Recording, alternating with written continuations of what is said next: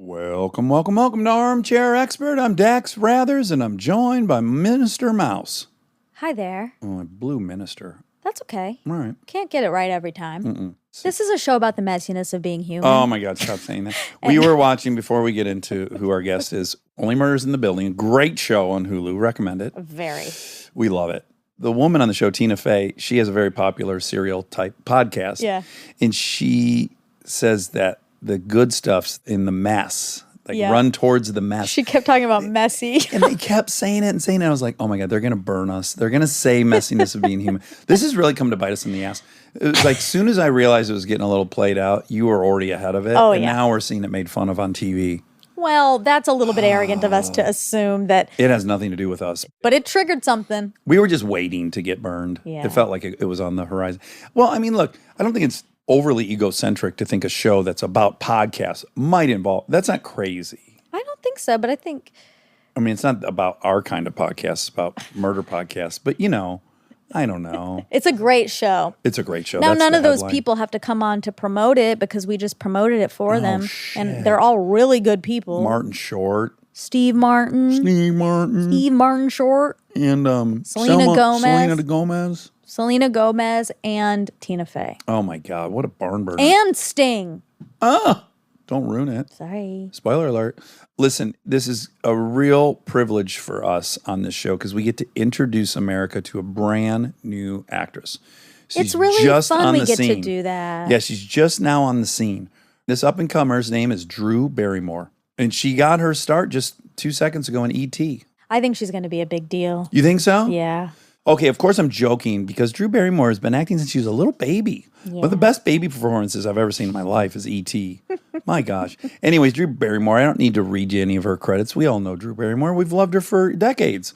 As you'll find out, I fell in love with her in junior high school when I found out she was in treatment. She has her own show called The Drew Barrymore Show, and season 2 is out now. The Drew Barrymore Show is entering its second season as daytime's brightest destination for intelligent optimism and maximum fun. Please enjoy Drew Barrymore. He's an armchair expert. He's an armchair expert.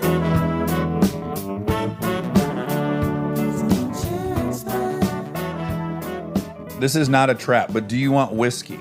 Because we have really nice whiskey here that Leon Bridges drank. Oh, never mind. The whole offer is now off. I'm sure we could get you some if you wanted some. Thank you. Can I ask one question right away? Are we on? We're always on. Great, good. I love that. I hate that, like, even as a director, and I learned this from Ken Kwapis, funny enough, because he gave me, like, the license to do this, and I always wanted someone to kind of teach me how to get out of it. I fucking hate the word action. Yes. Oh, sure. It's It like, tenses ready you to up. be fake. Exactly. Yeah, yes. Let's pretend. And I'm so not a good faker. And I can't lie for shit. So he would always just say, go ahead. Whenever. And it was very casual. Like he almost sometimes would just wave his hand. And it was so much smoother than this herky-jerky, weird feeling. And so, good. I'm glad you're always on. Well, that makes me think immediately of I was directing a movie, and two of the actors, it was their first thing, and I love both of them very dearly, and I wanted to help them as much as possible. And so I would just film our rehearsal. I'd be standing right there. They did not think we were working. I love it. And it was fucking awesome. Yeah. But you're right. The stakes of action are just, they're unnerving. I mean, people don't like fornicate that way. Well, I mean, when you broker it through Bumble, I think maybe it can work that way. but it's so true. There's so many like things in life where you don't go like ready, set, unless you're racing a car. There are and certain even then, things- you tense up. It's scary. Oh my gosh. We interviewed Daniel Ricciardo, Formula One driver, and he and I were bonding over the fact that the worst moment ever is sitting on that grid waiting for it to start. You have so much fear and anxiety, but then the second you start driving, you're doing the thing you do and you don't ever think about it again. Right. But that lead up to it is Yeah. even for him, is insufferable. I just want to be as lost in it as possible. So if anybody draws attention to things, it throws me off. Sure. And it's bizarre and probably sounds really sick and dysfunctional that a camera is almost an invisible thing to me. Yeah. Because well, hold on. Listener, she just threw a really good glare right down Wobby Wob's camera Right down the barrel. Yeah, she said it's invisible to me, and then she connected with it. yeah. Here's what I was going to ask if you were pissed about. If I were you, this would be my thought right now. Oh God, I can't wait to hear it. I would have sat down on this couch and been like, are you fucking kidding me? He has a talk show and this is how it works. Like, he's at home and people come there and he doesn't have to do And they're fucking eating makeup and shit. food. I think I'd be resentful. That's why I came from the airport, because I know what I'm walking into. I've seen the set. And I listened to the first set. podcast where Kristen's telling you about the toilet. And I know your whole CV and background and Wow. your relationship. And I know exactly what I'm walking into, which is why when they were like, if you want to run from the airport and do hair and makeup and go over, I was like, fuck that. No, I can go right straight from the plane, stop at 3 drive-throughs on my Yes. way So because proud I of had you. the time. And disarming is one of the best things we can do. And I really commend you for 2 things. You are very early to bat and ahead of your time with podcasts. You set a standard for a forum that is now just incredibly prolifically trafficked and emulated and out there, but you were very early and you are a real pioneer of this format. And I always respect people who are there early. It's always just so cool to me that you would have the wherewithal and the gut instinct to create things, because it's easy to see a model and do that. It's hard to create the model. And then also, when I listen to these conversations, it's the closest thing I think to Howard Stern that there is. And I never knew that smut mouth shock jock would become my journalistic idol, because he Right? used to fuck with me publicly and he knows how I feel about it. And I've done his show multiple times now. One of the things I was going to say to you is how much I love when you're on Stern. Thank you. Well, Yeah. these conversations are only had if you create the room for it.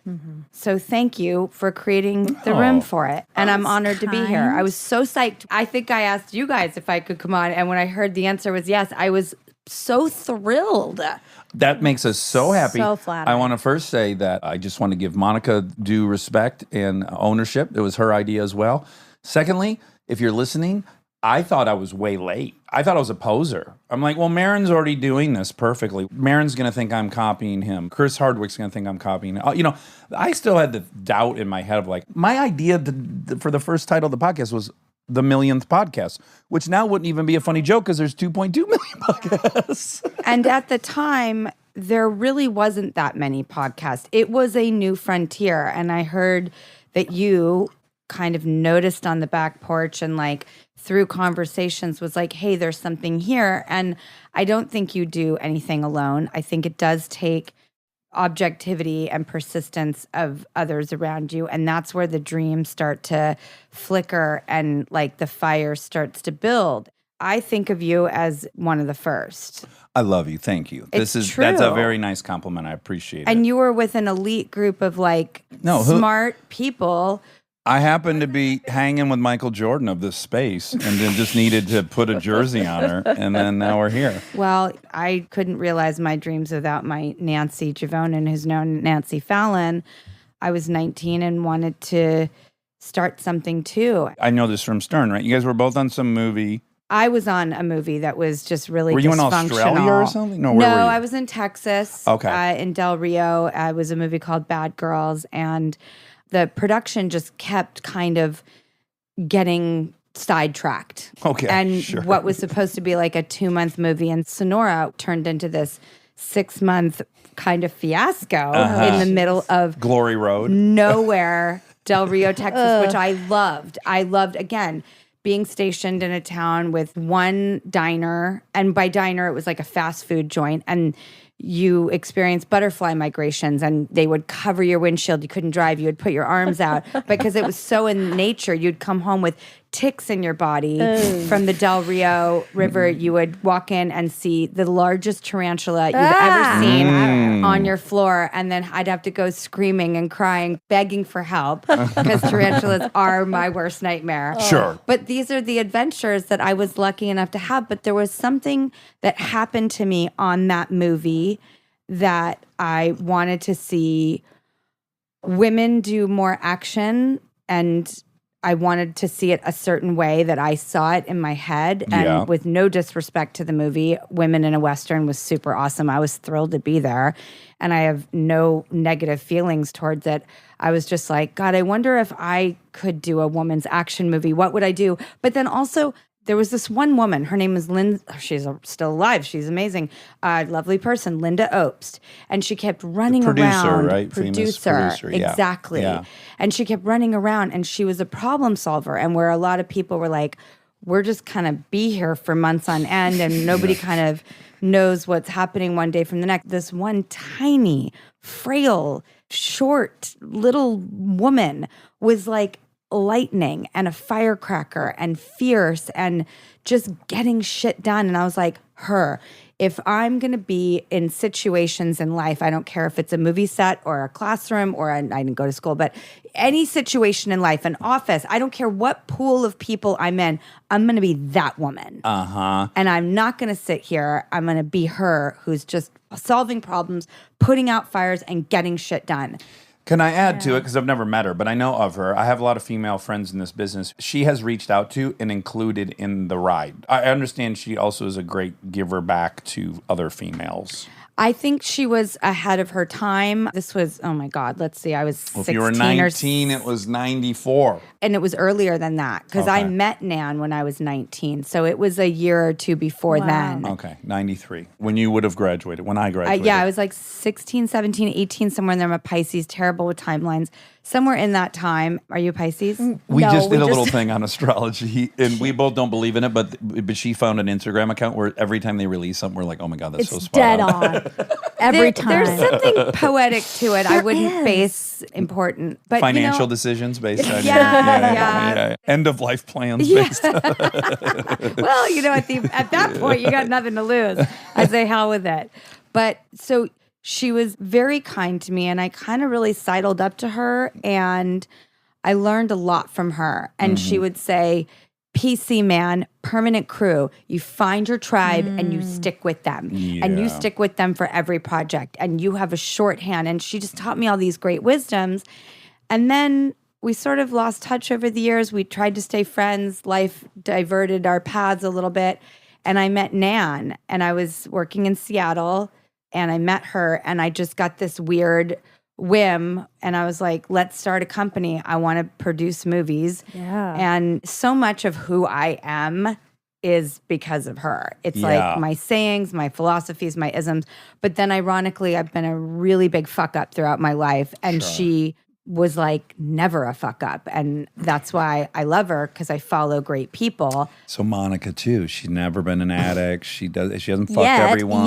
She hasn't shown her boobs to everyone. I mean, I don't understand her at all. The worst thing you can do if you've lived a life of scars and many colors is to end up with someone who fucking hates you for it.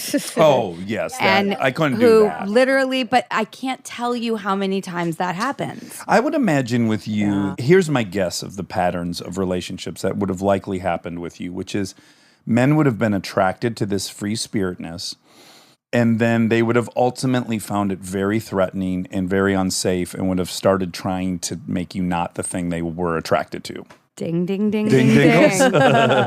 Not every time, and not all men, but that was an unfortunate reoccurring theme for me. And I would imagine compounded by and coupled with, have you watched the Paris Hilton documentary?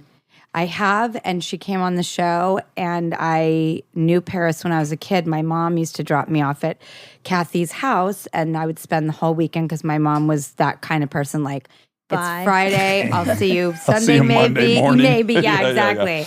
Which she did me such a favor because I was so adaptable and was in all these different homes and saw all these different ways to live. And I'm the least judgmental person because of it. So she totally did me the biggest solid. But I knew Paris when she was a kid.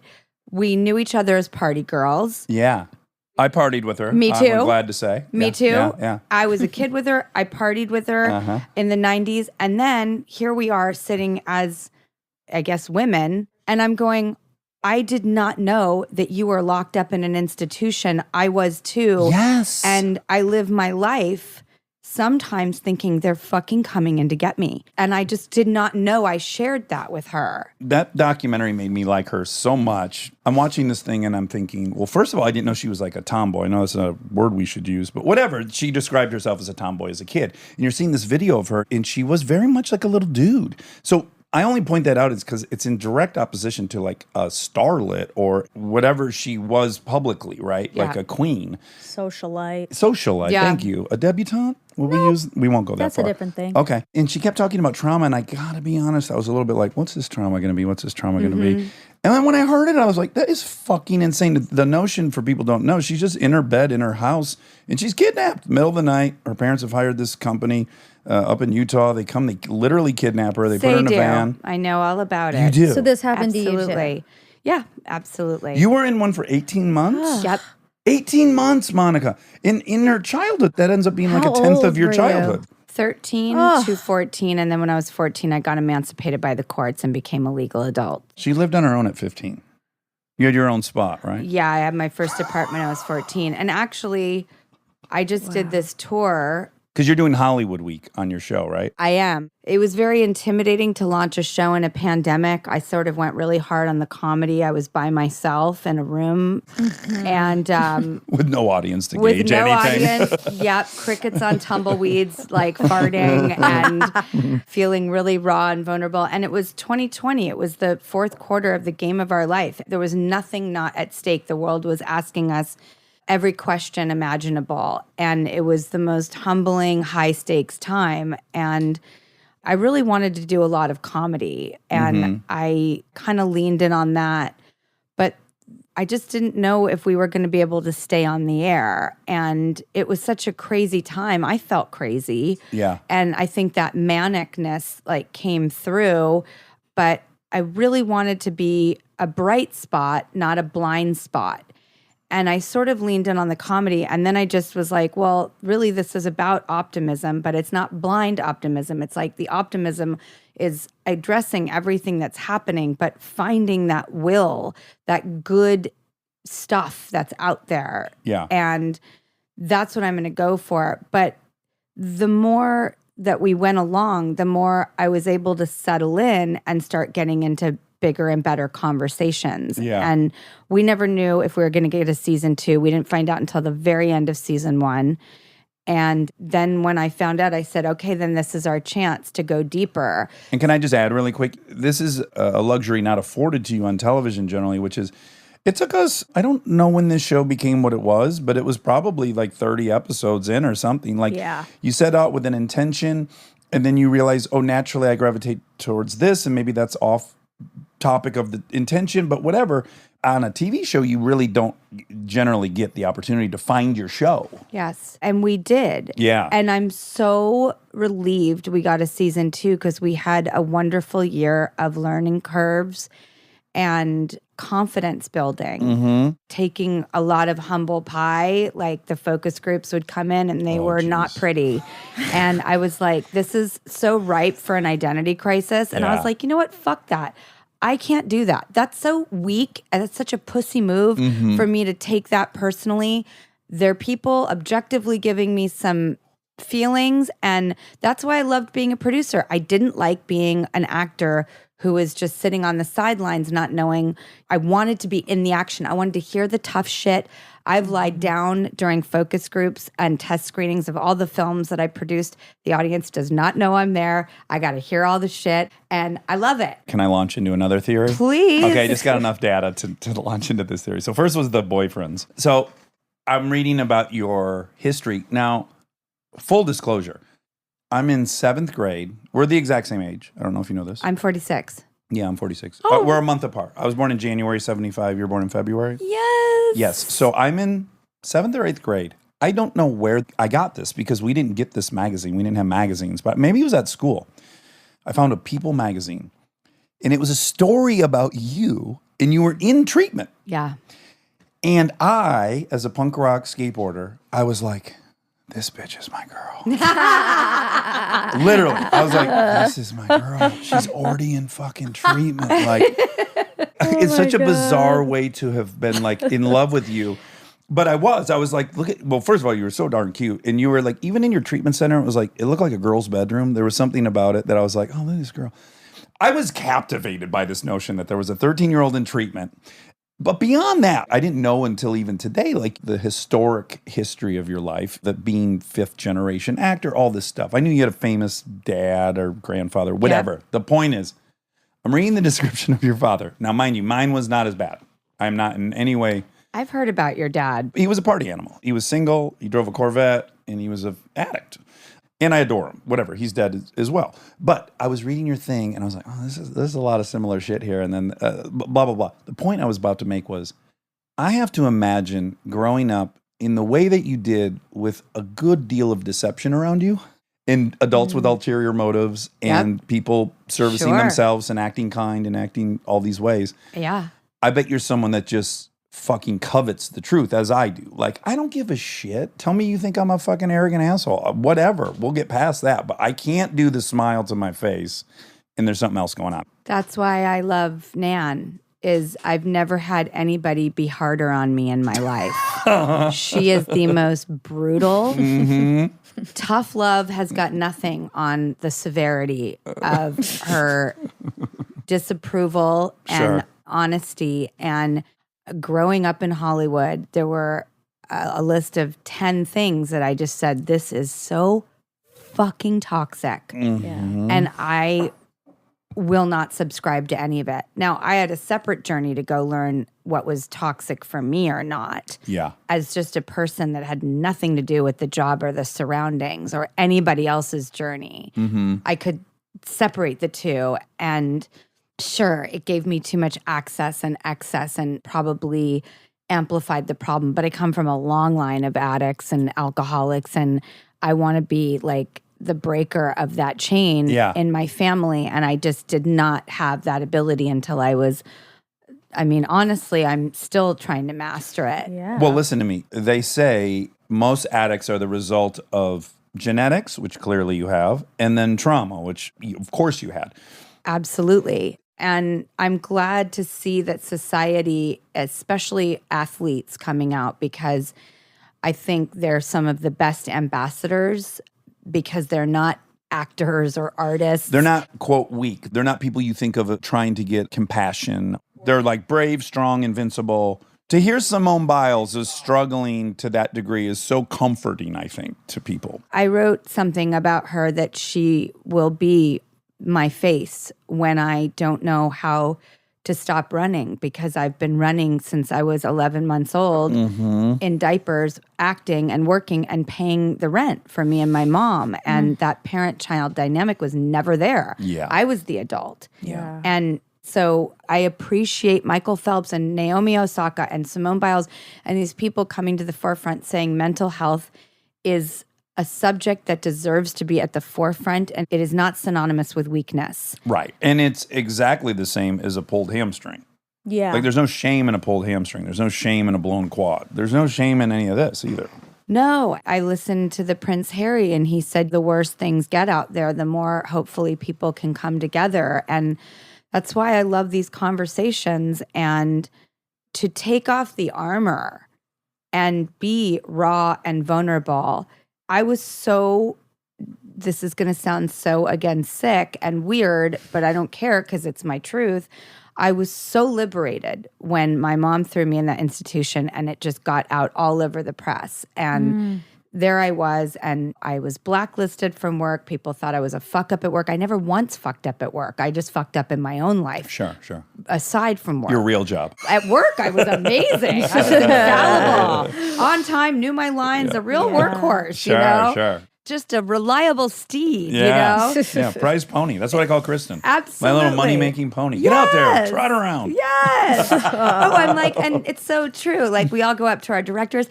Yeah, Did yeah. I do a good job? Did you like it? We're like, How could I do better? circus poodles. I never fucked up at work. I just totally fucked up in my life. And then when she did that and it got out and it was everywhere and it was the most humiliating, embarrassing, horrible, like, thing that ever happened to me at that point at 13 years old, not a very long life at that point. Yeah. I just was like, oh, you know what? God.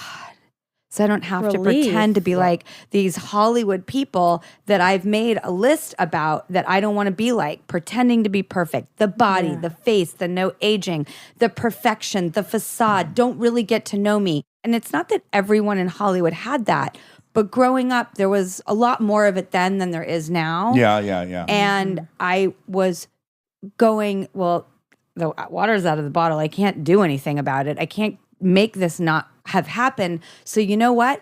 Thank God I'm never going to have to pretend to be a perfect Hollywood person with a facade who doesn't make mistakes and diets and never fucks up and is just has my shit together and fuck it, bring on all the fuck ups. And then all the kids I was around and the adults, because it was a shared age ward. So I was Right or wrong. Oh my God. Yeah. And so I was with old people and young people and everyone in between. Sex offenders, sex addicts. I mean, really crazy fucking people. Sure, it's a it wasn't treatment facility. It wasn't Malibu, 30 days in a pool. I was so pissed off. That also just made me, I was so rebellious. I was like, fuck you and your Hollywood rehabs. This is fucking like, this is an hour deep into the valley. This is a lockdown, One Flew Over the Cuckoo's Nest fucking shit show. And it was the best thing that could have happened. I needed that military style parenting. I'd never had a childhood. I'd never been like told to go to bed or do this or that. I was out of control. And with all empathy to my mom, she knew what the fuck to do with me. I didn't give her a choice. Yeah. Did she have a hand in me getting there? Absolutely. Did I give her a choice? No. Yeah. She was out of options. This was the only way, was to throw me in and lock the key. And I swear to God, it was the best thing that could have ever happened to me, because I just like people with scars. And I like your scars if they're fresh too. I don't need you to have lived it 30, 40 years ago, 20 years ago, 10 years ago. If your scars are from last year, good. Let's talk about that. Yeah. I don't need your toughness to be in the past for me to respect it. It can be right there. Ongoing. Yes. Yes, I agree. I wrestle with that. I could be better at owning my current struggles than just my past ones. Well, listen, was part of the liberation, was it that going like, oh, now the world knows my mother locked me up? Like, now people understand what I'm up against? Was it just the, like, I don't have to hide anymore? I don't have to pretend in my future that I haven't struggled and I haven't failed. Right. Yeah. I hate society when it imposes on us that we can't have made mistakes. Yeah. Well, especially what you were 13 years old. I hold that true to adults today. I think it's such a pitfall of us as humans that we persecute people for their flaws. Well, I remember at the height of the kind of the Lindsay Lohan saga, people being very judgmental of how she was acting. And I just was like, if you had given me at 20 years old $8 million, I would have died like launching a Ferrari off of Mulholland while engaged in sex with strangers. Like, I would have fucking died in 2 seconds. So how on earth could I judge someone else? Like, I know if I had access to good What stuff. was the difference between 20-year-old you and later you? How did you not die having sex in a Maserati or Ferrari off of Mulholland? We don't know. Some of the things we think maybe I did die. Simulation is in his favor. We think I may have died, but I was largely saved by being broke through most of my addiction. So, like, I couldn't, I could only go so far. But I like that you have said how close you came at times and put yourself in dangerous situations, because I did that too. And I think a lot of people might think that all ended after the institution, and it didn't. Sure. Those things aren't generally cleared up in a trip anywhere. I didn't get out of there and was all fixed. fixed. Yeah. How could you? Like, no one is fully formed at 14. Like your even frontal younger. lobe is not even fully developed. I know it's true. It's a work in progress. I love the scientific approach. No, it's true. Because really, chemically, you should never be expected to be making good decisions because you can't. Well, Right. I went to my first duplex where my mom and I lived. It's a nice reality check to what I think people from Hollywood or Hollywood families come from. It's extremely humble. And then I go to my first apartment that I was at when I was 14, and I was so scared shitless living there. I couldn't sleep at night. I only slept during the day when I felt safe enough. And when I went back to the building, all the individual apartments have gated doors on them. That's how dangerous it is. And the windows all are shattered and barred. Yeah, this is the late 80s in Hollywood. This is a different Hollywood. And it's still exactly the same. And then I took a camera and I went and sat outside the institution deep in the valley. And I sat out there and I basically said, I want this to be an invitation for us not to be embarrassed about the things we've encountered and put ourselves in and endured. Maybe we can be more stripped down and honest and embracing of if there's any pride in any day of our lives, it took every single thing to get there. And then you'll probably have to wake up and start anew because new problems will whack-a-mole themselves right up. When I was thinking about, and I said this to Monica, I'm like, this interview could be a trillion different things. I mean, it's like interviewing Nicholson and the fact that you've literally been doing Partied it for with him. 46 years. God fucking bless Best you. nights Oh. ever. Wow. I mean, you've lived I- so many lives. He is regret. the funnest. I regret never getting to do that. Listen, I'm going to be honest. If Nicholson calls me and says, like, look, man, the only thing I want to do, the last thing on my bucket list is to bang through an 8-ball with you, I think I might call my sponsor and be like, I'll be gone for 3 days, but you understand, right? It's Nicholson. Mulligan. Nicholson v. X. Mulligan X Nicholson. By the way, he has the most amazing art too. So yeah. you're partying and you're getting to Culture. He's the finger true the unicorn. most incredible art. He's so brilliant and so much fun. He's such a good person.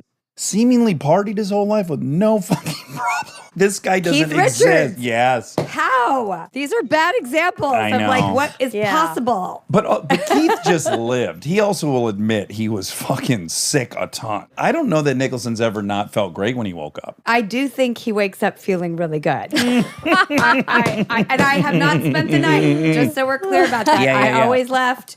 Our relationship was not that type of man. relationship. We were friends. Yeah. And we would have dinner and party and Wow. and just talk. And then I would leave and there was nothing lascivious about it. Good for him. I'm gonna add- That's, Yeah. that's kind of That's a why I bad thing kept for me to going say, back. but yeah. This is off topic, but I got to say, I really do think it's harder for some people to get sober than others. The example I'll give is someone who we were going to interview went on a bender, couldn't get a hold of them, finally got them. Then we do this thing. Everyone loves him, just at the bottom of the barrel. Then we leave the stage and he feels good again, obviously, for all the reasons you would feel good. And I was like, oh, that's it. It can be very dangerous to be charismatic and likable and talented because you can lift yourself out of a lot of fucking ditches. You have to think that you're likable and charismatic in order to dig yourself out of those ditches. And I don't have that accessible But the to trip me. to Nicholson's, you go like, oh, I'm a fucking piece of shit, blah, blah. And then I have this wonderful experience with someone who I love and idolize. And I leave going like, well, I can't be that big of a piece of shit because this person I love wanted to spend time with me. It could be Unfortunately, accidentally- now I'm still No. like, he's waking up happy and I'm waking up self-flagellating about something completely separate. Okay. Stay tuned for more Armchair Expert, if you dare.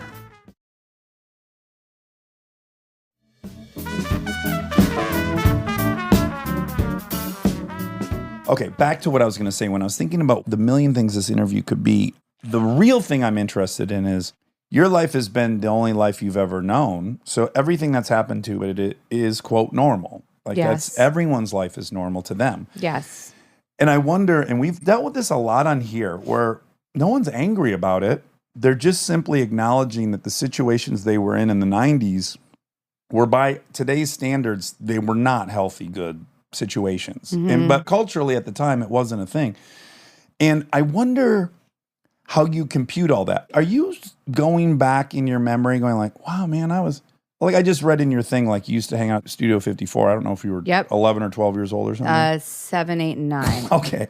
Even more insane. That's fucking Lincoln's age. What would Lincoln be doing at fucking I know. Studio 54? So do you look back, like, because I know there's the personal experience, which would have been, I would have just been excited to be at this place. So the personal experiential part would be that. But then in looking back, you must go like, well, obviously I shouldn't have been there. And these adults should have not. So how do you compute what you went through? Because you have probably the personal experiential part, which is good. And now you probably recognize a lot of this shit was really fucked. I have no judgment towards it. I really don't. And I actually wouldn't change it if I could. Okay, great. I feel like that's how I would feel, but I don't know. I am so glad that is my memory strip, seeing Joan Rivers in the rafters of Studio 54 and You're 7 partying with Grace Jones, Billy Idol, Stephen Piercy from Rat, putting eyeshadow to my temples because I didn't think they were just for lids at that point. And no, I could not have loved my childhood more. Good. Then I can enjoy hearing these stories. I'm actually really prideful about my life. And there's no negative feelings. In fact, I almost am protective of it. Yeah. Don't take my joy away. Right. Yeah, I like you that, can't yeah. tell me that was bad. No. Yeah. Yeah, In fact, you can tell me it would fuck be you. bad for Yeah. you. That's fine. But now we get to me as a parent. Sure. And holy shit. You of all people, because I'm constantly looking at my kids and I'm going, oh, this is the age that happened. Wow, I was too young for, this was the age. But for you, it's that times 300. And no, it's the same thing because I know your timelines of age because you've been open about them. And it doesn't matter if it was Studio 54 or seeing your dad abuse your mom, as I saw my dad abuse my mom. Yep. That is invalidating any sense of safety, and it is traumatizing and it is horrible, and I don't want to make it ever my excuse. I don't allow that. But at some point, maybe that can be the tools in your arsenal to have this animalistic empathy for younger people and say, what do I think you deserve? Especially in light of what I've seen. I say to myself, I don't know what anybody has to do. For me, I just go, holy shit, I would never, ever let my kids do any of this.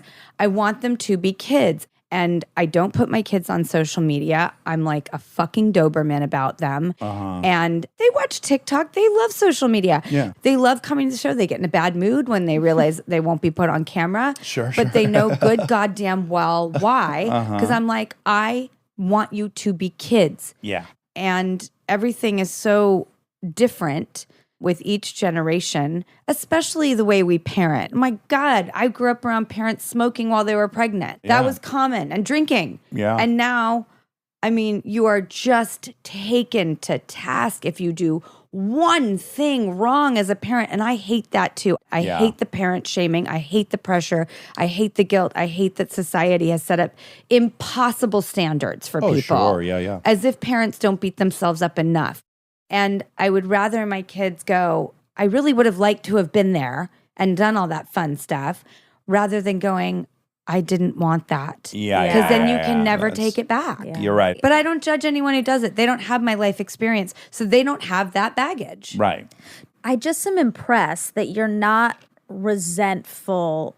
I understand feeling like, yes, my childhood was fun and I got all these great memories and I would never trade it in. But I'm surprised that you don't have resentment towards like the bouncer at the bar or just like every adult on earth around you who was like watching this happen and saying, okay. They were probably young then too and not parents themselves. They thought it was cute. Yeah, just it's hard. cute. Oh, It the is little cute. Hollywood girl, like ushered to the front of the line. Also, if it was me, like my favorite compliment always when I'd be with my dad and those people didn't even know me, they'd be meeting me for the first time. They'd always be like, oh, he's so adult. I loved that. at the time, but I'm saying now as an adult, like Yeah. looking back at the time, seeing all these who are supposed to be protectors. I don't blame anybody. Is there any aspect of it? Like, I had sex really young. I had sex in 12 in 7th grade, and I don't regret it at all. I can look at it and go like, emotionally, I was not mature enough, because after it was over, I was like, I didn't know what the fuck to do. I wanted to dematerialize. Like, what do I do now? I was not Yeah. ready for like intimacy or anything. So I can look back on it and go, well, objectively, I was way too young. But at the same time, I don't regret it at all. So I wonder, is there any part of it that you're like, Nothing. wow. I have no. Oh, wow. Weirdly, my baggage isn't emotional baggage. It's baggage that makes me probably pretty staunch about some things as a parent. Like, these are my boundaries. By the way, I have been so fucking humbled as a parent when people say, well, you got to set boundaries with kids. I might cry literally because it's so embarrassing, where I'm like, I don't know what that is. Right. None had been set for you. Yeah. And I'm so sorry. It's also very, very hard. People are like, this is the way it should be done. And I'm like, okay, I believe you, but I don't know what that means. I'm going to have to admit right now, being the parent, I'm going to have to get the fuck outside of my ego and let you know I don't know these answers. And I'm going to ask you questions. And I'm that's going to hard, be right? really vulnerable and embarrassed, because you're going to look at me like I don't know what I'm doing and I'm not experienced, and maybe I'm even incapable. But I got to ask, what the fuck do you mean by a boundary about X, Y, and Z? I didn't have them. Right. And I don't know what they are. Yeah. So your expectation of me is something you're going to have to also enlighten me and empower me about too. Yeah. But asking makes so you admirable. Yeah, it makes you a good mom. Just being Thank you. It does. That's the only thing that makes someone good, is being like, I'm gonna ask for help. You have that over me by a tenfold. I'm so bad at that, and it's such a shitty character flaw of mine. But I do think the parenting thing, I don't know of one other than like maybe sexual insecurity or like hating how you look. There's something about like thinking you fucked up as a parent, for me, that is really, really hard. Like, it's one of the worst.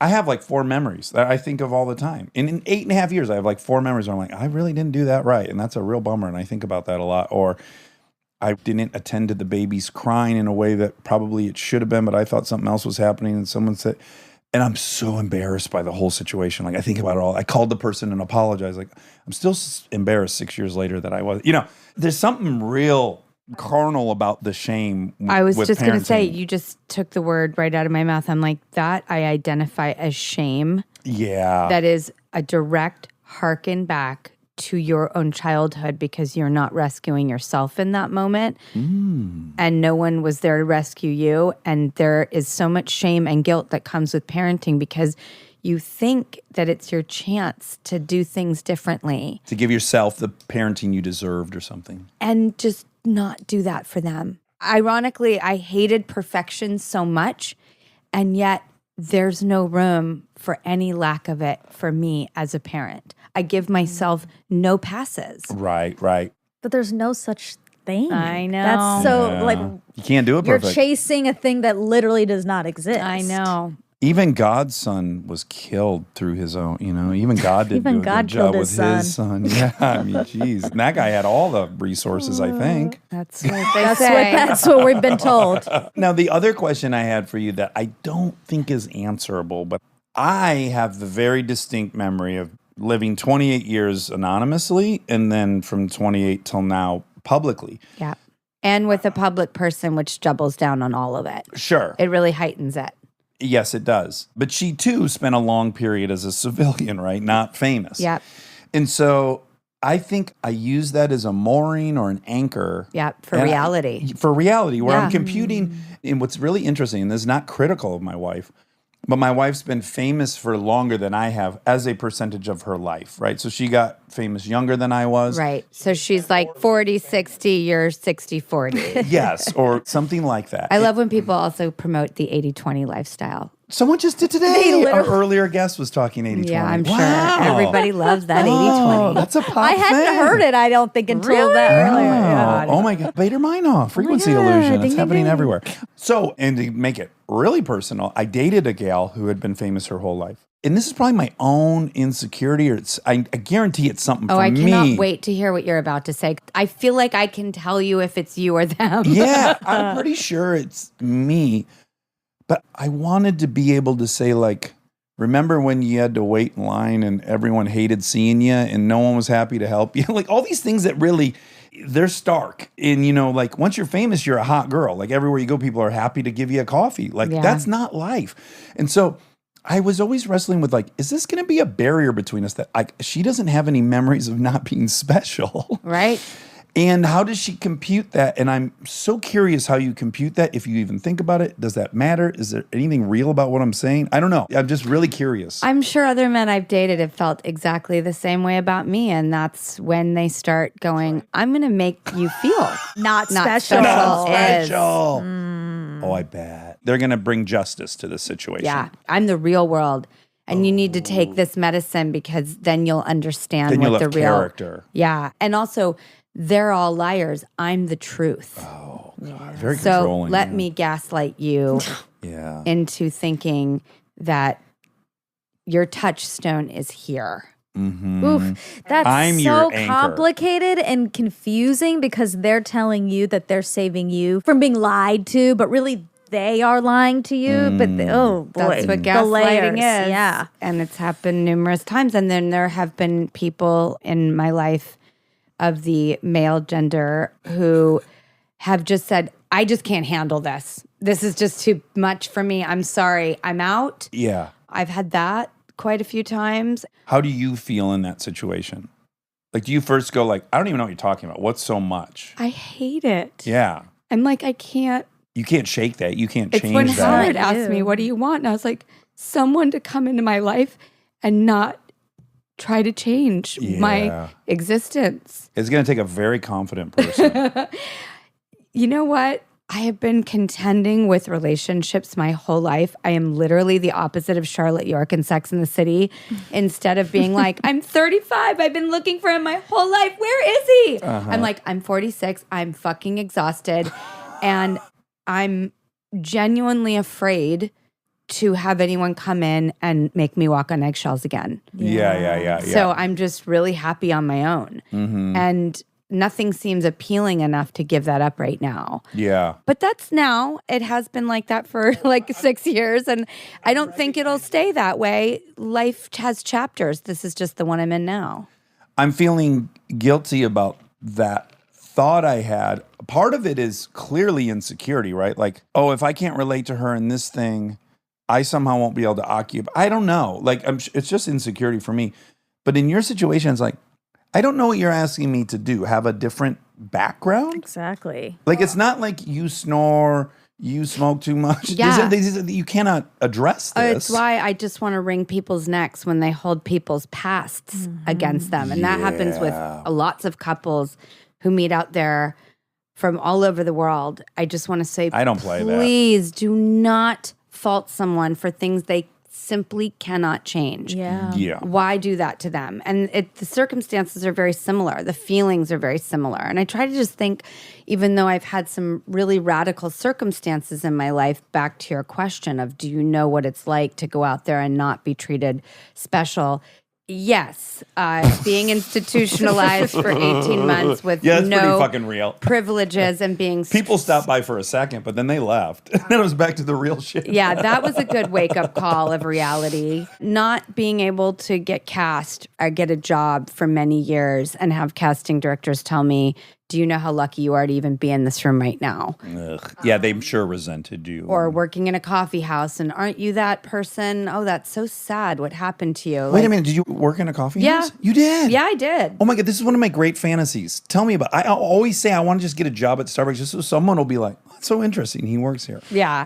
My boss hated me. He thought I was just Like the so most privileged sentence I've ever heard come out of anyone's mouth. That's why you guys are friends. I think it'd be. No, this is totally why this works because Yeah, I'm exactly. constantly an asshole.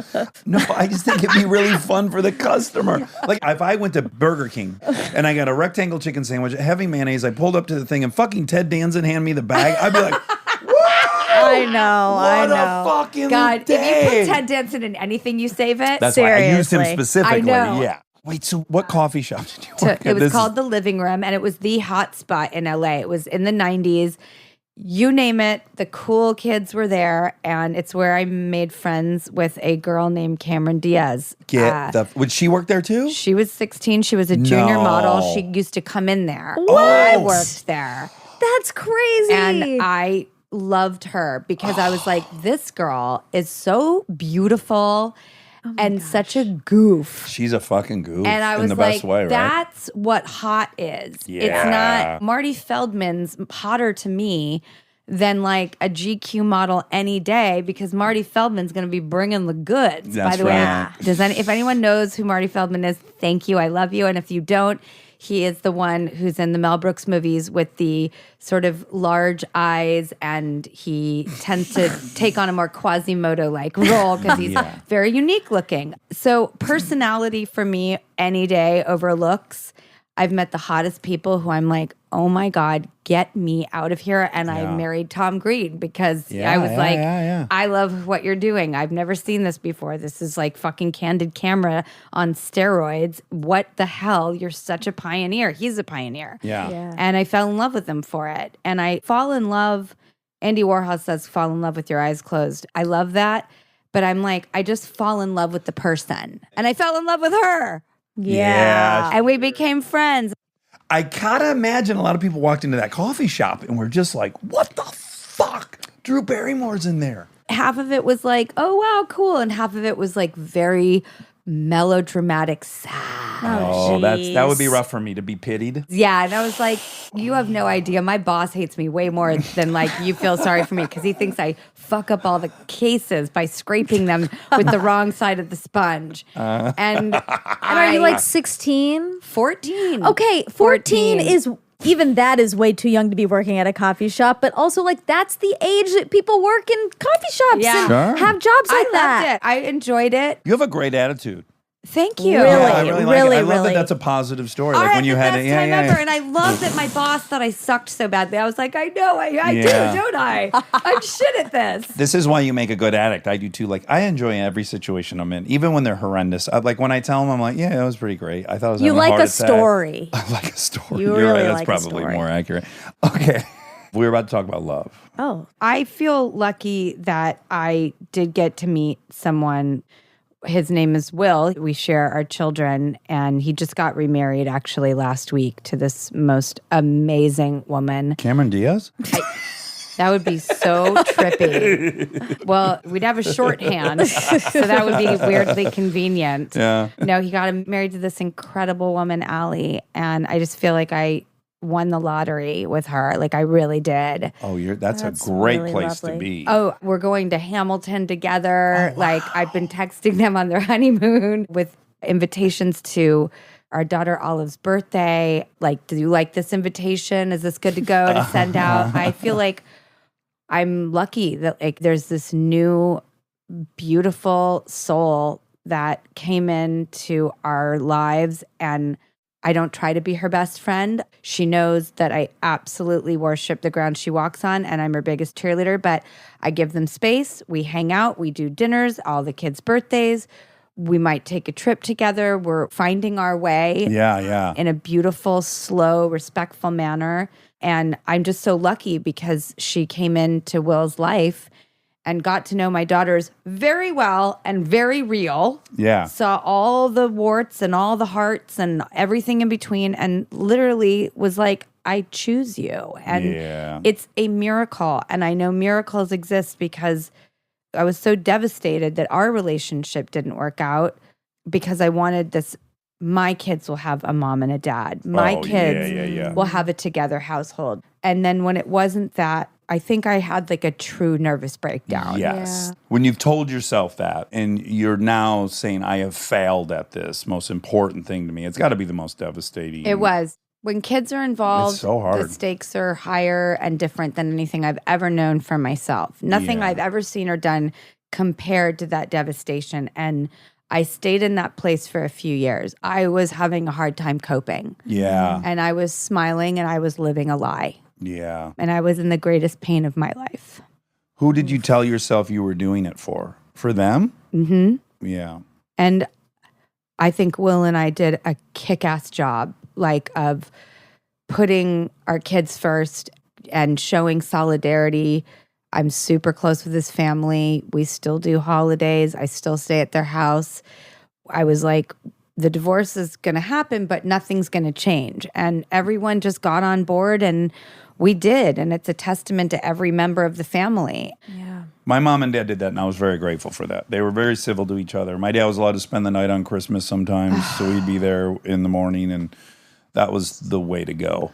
I have the same panic, and that would be such a failure for me because, again, yeah, a bunch of divorces and a bunch of marriages. I don't want that for my kids. But at the same time, you have to also step back and go, like, 80% of my best friends are products of divorce, and I adore all of them, and they're great people, and what the fuck, you know? And the opposite end of that is having parents that are together that shouldn't be together. That's not great Ideal. either. Yeah, That yeah, comes And with I its own- knew that wasn't an option. Yeah. And it was heartbreaking for Will and I that we could not get on the same page, but we didn't want to have our kids grow up in strife. Yeah. But Nan, the almighty Nan in my life, Straightened your ass out. I called her and I was like, okay, this is going to happen for real. And I couldn't breathe. And it had been building for a long time. And we worked on it, Will and I. We worked with his parents. We were honest. There was no scandal. Yeah, There yeah, was yeah, yeah. nothing. It was heartbreaking, but it just wasn't working. And everyone in the family supported us through every step of it.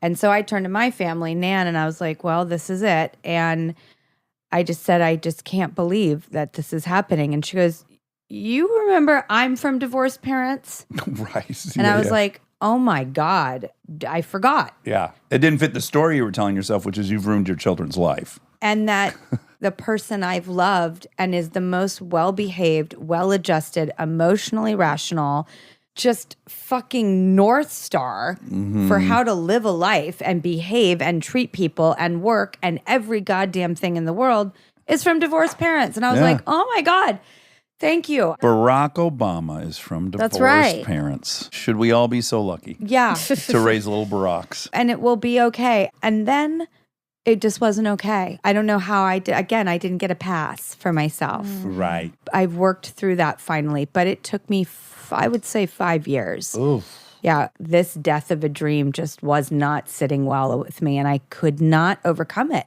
And you look at people and you look at addicts or you look at people who are broken and you go, how did you get there? Can I tell you, I interviewed my mother and I asked her at one point, which I weirdly had never asked her because we have a crazy honest relationship. And I was like, the thing that's still kind of perplexing to me is that the second husband beat you in front of us, and that's not you. You're a beast. Started your own company, built your own house. Like, I have a hard time reconciling how you, as someone who's so assertive, were in that situation. And she said, the shame of admitting I had failed again at this was too much. I would rather get beat than call my parents and say, I fucked up again. I'm getting divorced again. And I was like, oh man, that's fucking heavy. Yeah, like you'd rather get beat up by someone you hate than deal with that. It's so real. And by the way, it's so stupid because I've never looked at someone that got divorced and been like, what a failure. I'm like, oh yeah, it's very hard for people to fucking cohabitate. I know. You That's know? so hard. Yeah, it's almost I don't know how impossible. anybody does it. Yeah, yeah. I love that you and your wife like talk about fighting and everything and you just keep it real.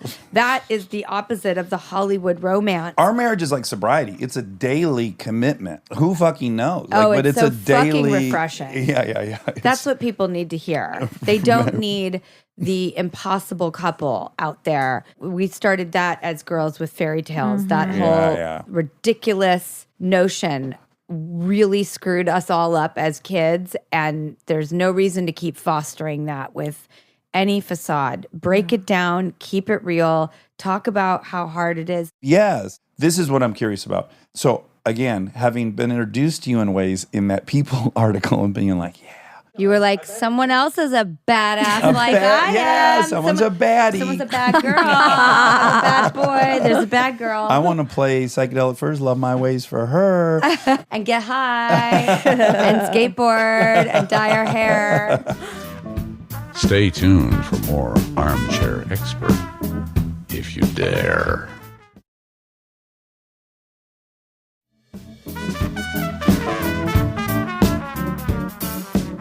So for me, this revelation is pretty new. It started with the massage therapist. She was massaging me and she was telling me about her childhood, and she had a really crazy fucking childhood, right? And I'm listening to it. And I said, you know, it's astounding you're not an addict. Like, you clearly have enough trauma to have sent you to being an addict. And she said, if I hadn't been such a good athlete, I had a cornerstone in my life where I was getting self-esteem from. She's like, if I didn't have that, I'm sure I would have just gone down the complete tubes.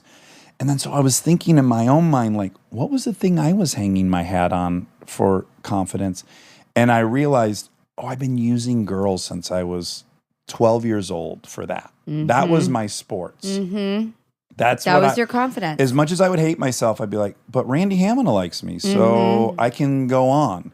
Why would Randy Hamina like me? And was it the conquering or the validation or both? Here's the pattern. That girl's so out of my league. She would never like me. I'm going to try. Oh my God, this girl likes me. This can't be. And then always following that was either, I misevaluated how good she was because why would she like me? I was always hoping it would change my opinion of myself, but it never did. And then so I had to move to someone who was then, I guess, theoretically higher. You would never belong to any club that would have you as a member. Exactly. Groucho Marxed it the whole way through. And just selfishly, the validation, some of it probably the challenge of like, well, I'm not a jock, and this girl only dates jocks, but let me see if I can talk my way into this situation. The ultimate female aphrodisiac for women is funny, comedy, and As you're I funny. gratefully learned. So- and dancing, I tell all young men to learn to dance and tell a joke, Absolutely. and you'll be just fine.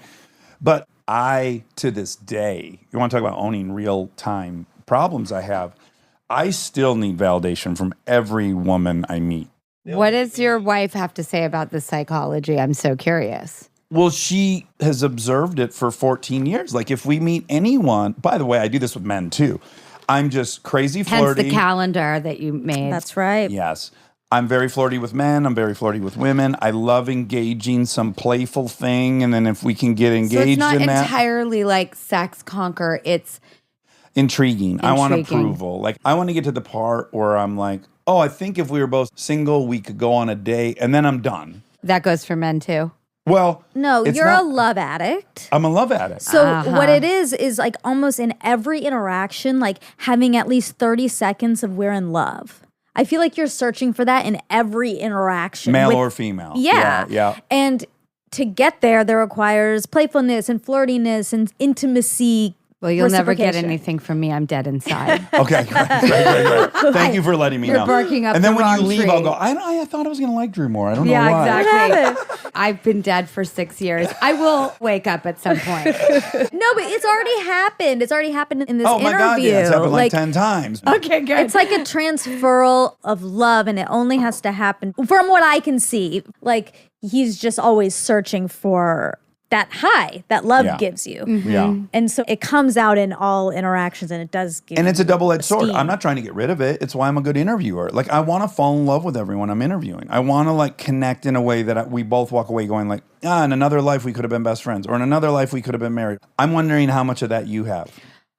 First of all, the way you just said it for me is like the only way you need to explain it is like, I want to be able to fall in love with you and have that connection. And now I'm poorly paraphrasing it. We have it on tape, so we can't go back to it, luckily. But that I get. I wasn't totally sure of what the intention was until you said it that way. because it sounds pervy. It sounds like I'm leading towards I want to fuck everyone. No, this is a zest that I completely now am crystal clear on what you are saying and what your intention is. And I think those people make the world go round. There we go. I'm serious. That type of passion and need and want, I love that. So we'll connect on that because I totally get that. But then there's also wreckage, as if with anything else. Like for me, there's been wreckage. Like it's a very tricky amends to make because I don't want to call somebody and say, like, I was using you in your status to validate myself, and that was unfair. Right. Because I don't want someone to think I didn't really like them, because that's not the case either. Well, I think it sounds very healthy that you can see every side of the cube here. But it sounds like at the core, there's like this love junkie. Big time. That wants to have the moment of we could be best friends. Like that was where the light bulb went off for me. Yeah. Of like, I could have a real relationship that doesn't have to be temporary. And then all of a sudden I'm going to like, is that an abandonment issue thing? Is that if I get you to like me, you'll stay? Yeah. We can hook in and this doesn't have to end. I don't like things that have to end. Yeah. I searched for a lot of permanency growing up because of the no parents, and every job ended. And then I never saw these people again that I spent 3 intimate months with day in and day out. And then they were just poof, gone. Let's be honest. For E.T., you had spent 1/5 of your life with those people. 1/5 of your life. Imagine I got that. lucky that one remained, and that's Steven Spielberg, who I was just with recently. And he and I actively sought out a relationship throughout our lives because he saw and recognized that I did not have that. And for whatever, thank God, reason, he took it upon himself to be a consistency in my life. And I love him so much because since I was 6 years old, he was the first man I met who was, and this is the key word, safe. He was safe. He represented safety, and he still does. And I love him for it. And I thank God that he's still in my life because that proves that he's safe. It wasn't just a flash in the pan safety. He's still there. Well, can I say something, though? So he's a great guy. Yes. Also, I just showed my kids E.T. like for the first time. Oh, really? It's the best story. It was about 1.5 years ago because our now 6-year-old was like 4.5. And she, when we were laying in bed, she's like, I don't ever want to see GT again. GT's scary. I'm like, GT is scary? Yes, GT is so scary.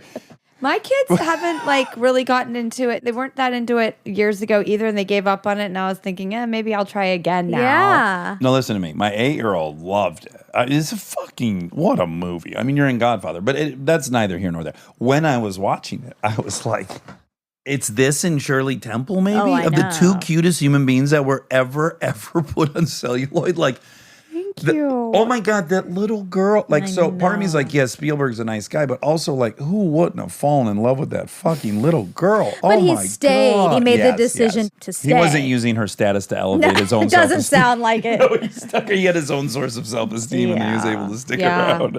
And how good of him to recognize, and I bet he felt this way, like, ooh, I changed this human being's life, and that comes with some responsibility. And I bet that's part of it, and that's a cool way to acknowledge it. We've never said it that way, but He changed your fucking Yeah. life. I've written about it. I wrote a chapter in a book I wrote called The School of E.T. because he did. He single-handedly changed my life.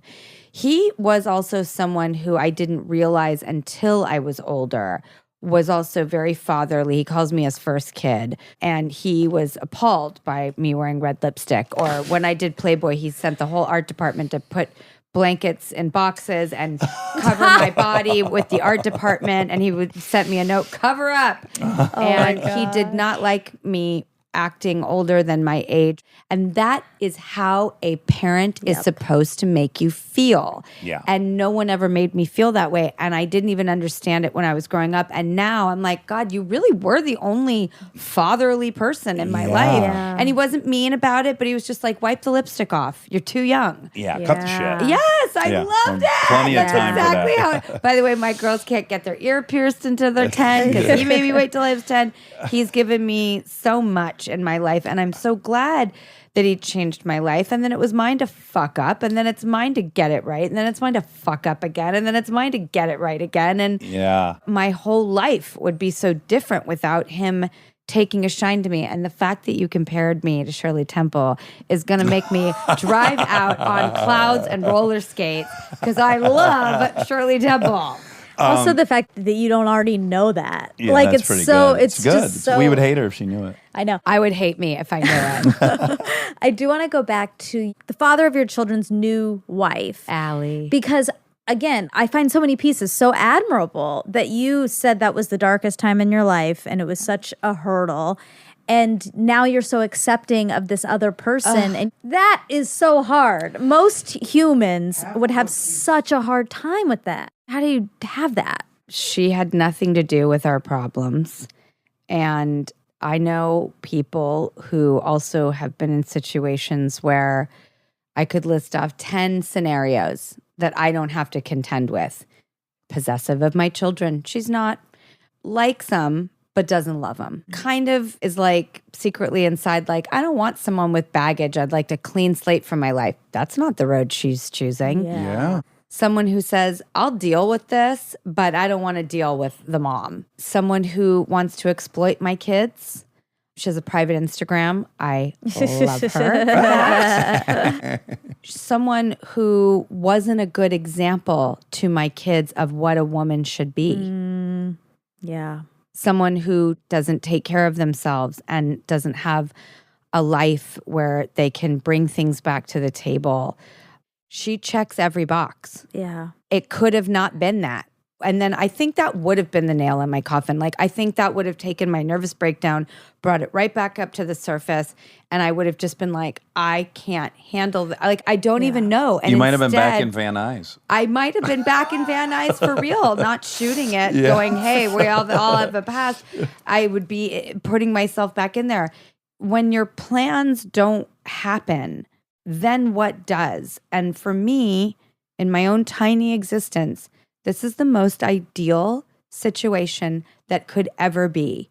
And I am so fucking grateful for all the things that not only is it not, but that it actually is. It's a fucking really great way to look at it. It sounds like you made a pros and cons list and there's virtually no cons and all pros, and you were able to acknowledge And that. it is my truth. And I've never in my life, not even as a kid locked up in an institution, felt as broken as I did with the not realizing this total ideal I set up for myself. Like, I really just thought there's only one way this is going to go and it's going to be perfect. Again, something I know doesn't even exist. I set myself up for a lot there, but I've worked through it and I feel so much stronger. And also, for myself, I hope I get better with each day, month, year of my life at forgiving myself, because I'm so good at forgiving everyone and everything else. Yeah. Like, I don't like not forgiving. I think you're actually doing yourself a huge disservice if you want to look at it selfishly. As we say in AA, it's drinking poison, hoping your enemy dies. Exactly. Yeah. Exactly. Yeah. It's the perfect metaphor. You not forgiving is carrying around stinking bags of shit. Yeah. And it's heavy and it smells bad. And they don't give a fuck that you're carrying They it. don't. Not at all. No, they don't think about it once. Forgiveness is absolutely the best thing you can do for other people and yourself. Yeah. I got to spend a lot of time just giving myself that same fucking slack I cut everyone else. Well, what has happened to me, and that's why I recognize how unbelievably painful what you went through was, because really, I probably switched my mooring from women to my children. So, like, I get so much esteem out of being a dad, and times I've had career failures, they were half as bad because I was like, oh yeah, that's not the real job. The real job's these kids. Like, the whole house of cards built on these kids. So I recognize, like, if they were pulled out in any way, I'd have a real crisis of identity because it is the cornerstone of my self-esteem. And I like it. I like who I am a lot as a result of those kids. I just felt a lot more in love with you as I already was, because I wished anything was a catalyst for me to be my best self. Nothing was until I met my kids. Yeah. Same. I could be a highly functioning person at work. I was a woman in the boardroom and a child in the bedroom, and I didn't fucking care. I would drive with people intoxicated on Mulholland. How I didn't go over that side and I'm dead, I don't know. my life was an absolute experiment in how far can I push this? Sure. And idiocy and immortality and just complete delusion and hedonism and selfishness and a lot of fun and adventure. Again, I Sure. wouldn't change a thing, but it was like I had my kids and I changed. I know that I couldn't also be honest with people that I didn't want to act for a while. That gave you the permission to let yourself. People weren't very supportive of that with me. They kept saying, people don't want to hear you say that. I don't want to hear you say that. Mm-hmm. And I was like, well, okay. And I didn't admit it for years. And the reason I didn't want to was because A, you know the hours. You wake up before your kids do and you get home after. Don't even think I'm having a pity party. It's an exquisite life, well-paid, ridiculous privilege. That is not what I'm saying. It's just, it was an hours thing that didn't sit right with me anymore. And then I didn't want to be anyone else. I didn't want to pretend to be someone else. I didn't want to study someone else's life and become them. Yeah. I couldn't come to grips with the fact that I didn't want to do the job I had done my entire life anymore because all I wanted to do was be their mom. Yeah. It doesn't sound like you did, but I'm going to guess some other aspect. So I imagine you're a little love addicty. You didn't say you were, but I'm imagining. Totally. Okay. Not anymore because I'm dead inside. But Right. I was Yes. Your vagina is just- Sahara desert. from head to toe. It's just dust. Tumbleweeds blowing It around. is. It that little, is. what did you say? Something on a tumbleweed farting? That's Oh, happening. cricket, riding tumbleweeds, farting. It's like you even say like vagina or the word sex. I literally am like, like I've almost converted backwards to like a child myself. But I think also, I don't know if this happens for other mothers, but once I had my kids, it's like my libido, my focus, my interests, and my marriage fell apart. Like I just have been like, I don't know. Yeah, Like, yeah. I'm not there. I'm know. not there in my head and my heart. It's so much harder for women. I mean, your body converts into a feeding station. There's a lot going on. Shit gets real weird. Yeah. But there are women out there who are every extremely day and healthy in feeding. that area. No, really. I know. We know some of them. I'm like, holy shit, I don't have that thing. I also lived an amazing life. Mm-hmm. I really lived. Yeah. I had a great time. You didn't leave any stone unturned. I really didn't. Yeah, And yeah. I'm so satiated. And then it turns into, would I have a relationship? I'm terrified. I'm really terrified of walking on eggshells. Uh-huh. I'm really terrified of it. I've got such a good thing going with my life right now. I'm so scared of someone coming in and trying to take me down, which has been a lot of my experience. Not with Will, not with some men. It's happened repeatedly. Yeah. I'm really happy. I'm so scared to let anyone come in and try to bite away at that. I think you should protect that with your life. But this is what I want to ask you about your kids is I'm guessing that you did a lot of the breaking up in your life. Yeah, I did. Not Yeah. so? No, I would say 60-40. Again, we're going to go back to 60-40. 60-40. Okay. I did 60% of the breaking up and 40% was done to me. Okay. Because I think for me, just through muscle memory and without actually being conscious of this, some part of me knew I was in this cycle of trying to status up and feel better about myself. So in the back of my mind at all times, like there will be an end to this and I'll probably bring that to a close. And so to look at my daughters and to go, come over every day for the rest of your life. Yes. And to actually know that that was real, that there will never be a moment where I'm regretting this decision or I have to get myself out of this relationship is the most unique feeling I'd ever had. Did you feel that your dad felt that about you? It's so hard to imagine because my dad was also 23. I had one moment. It's funny enough because the episode you're doing right now reminded me when my dad was dying, unrelated to that, I just was going to be back in Michigan taking him to chemo stuff. And I said, I want to drive around and take a picture of every house I ever lived in because it was like 20 houses by the time I graduated. And we get to the apartment we moved to when we left his house, this shitty little welfare apartment in Milford. And we're in the parking lot of IGA. And he just randomly goes, oh, man, I tried to go through that light right there. I dropped off the couch, and as I was driving the truck away from the apartment, I realized you're driving away from everything good in your life, and you're gone. And he's like, I couldn't even get through that light. I just sat on the side of the road and cried for like 2 hours. And I was like, you cared? I mean, literally, I thought you didn't fucking get, like, party time, got rid of these kids and this wife. Now it's party time. I didn't even know that. So I can't imagine. I have a story about him I'm trying to rethink, and I'm trying to be more gracious and loving. And I'm trying to stop telling myself the story about him because I think he was probably a much better dad than most people had, or in some ways many people had. So I don't know. I don't know what he felt like. But yeah, did your mom have that feeling about you? My mom and I have our own thing that I've spent my entire life working through. Sure. And I'm in the best place with it, and so is she. And there is true peace there.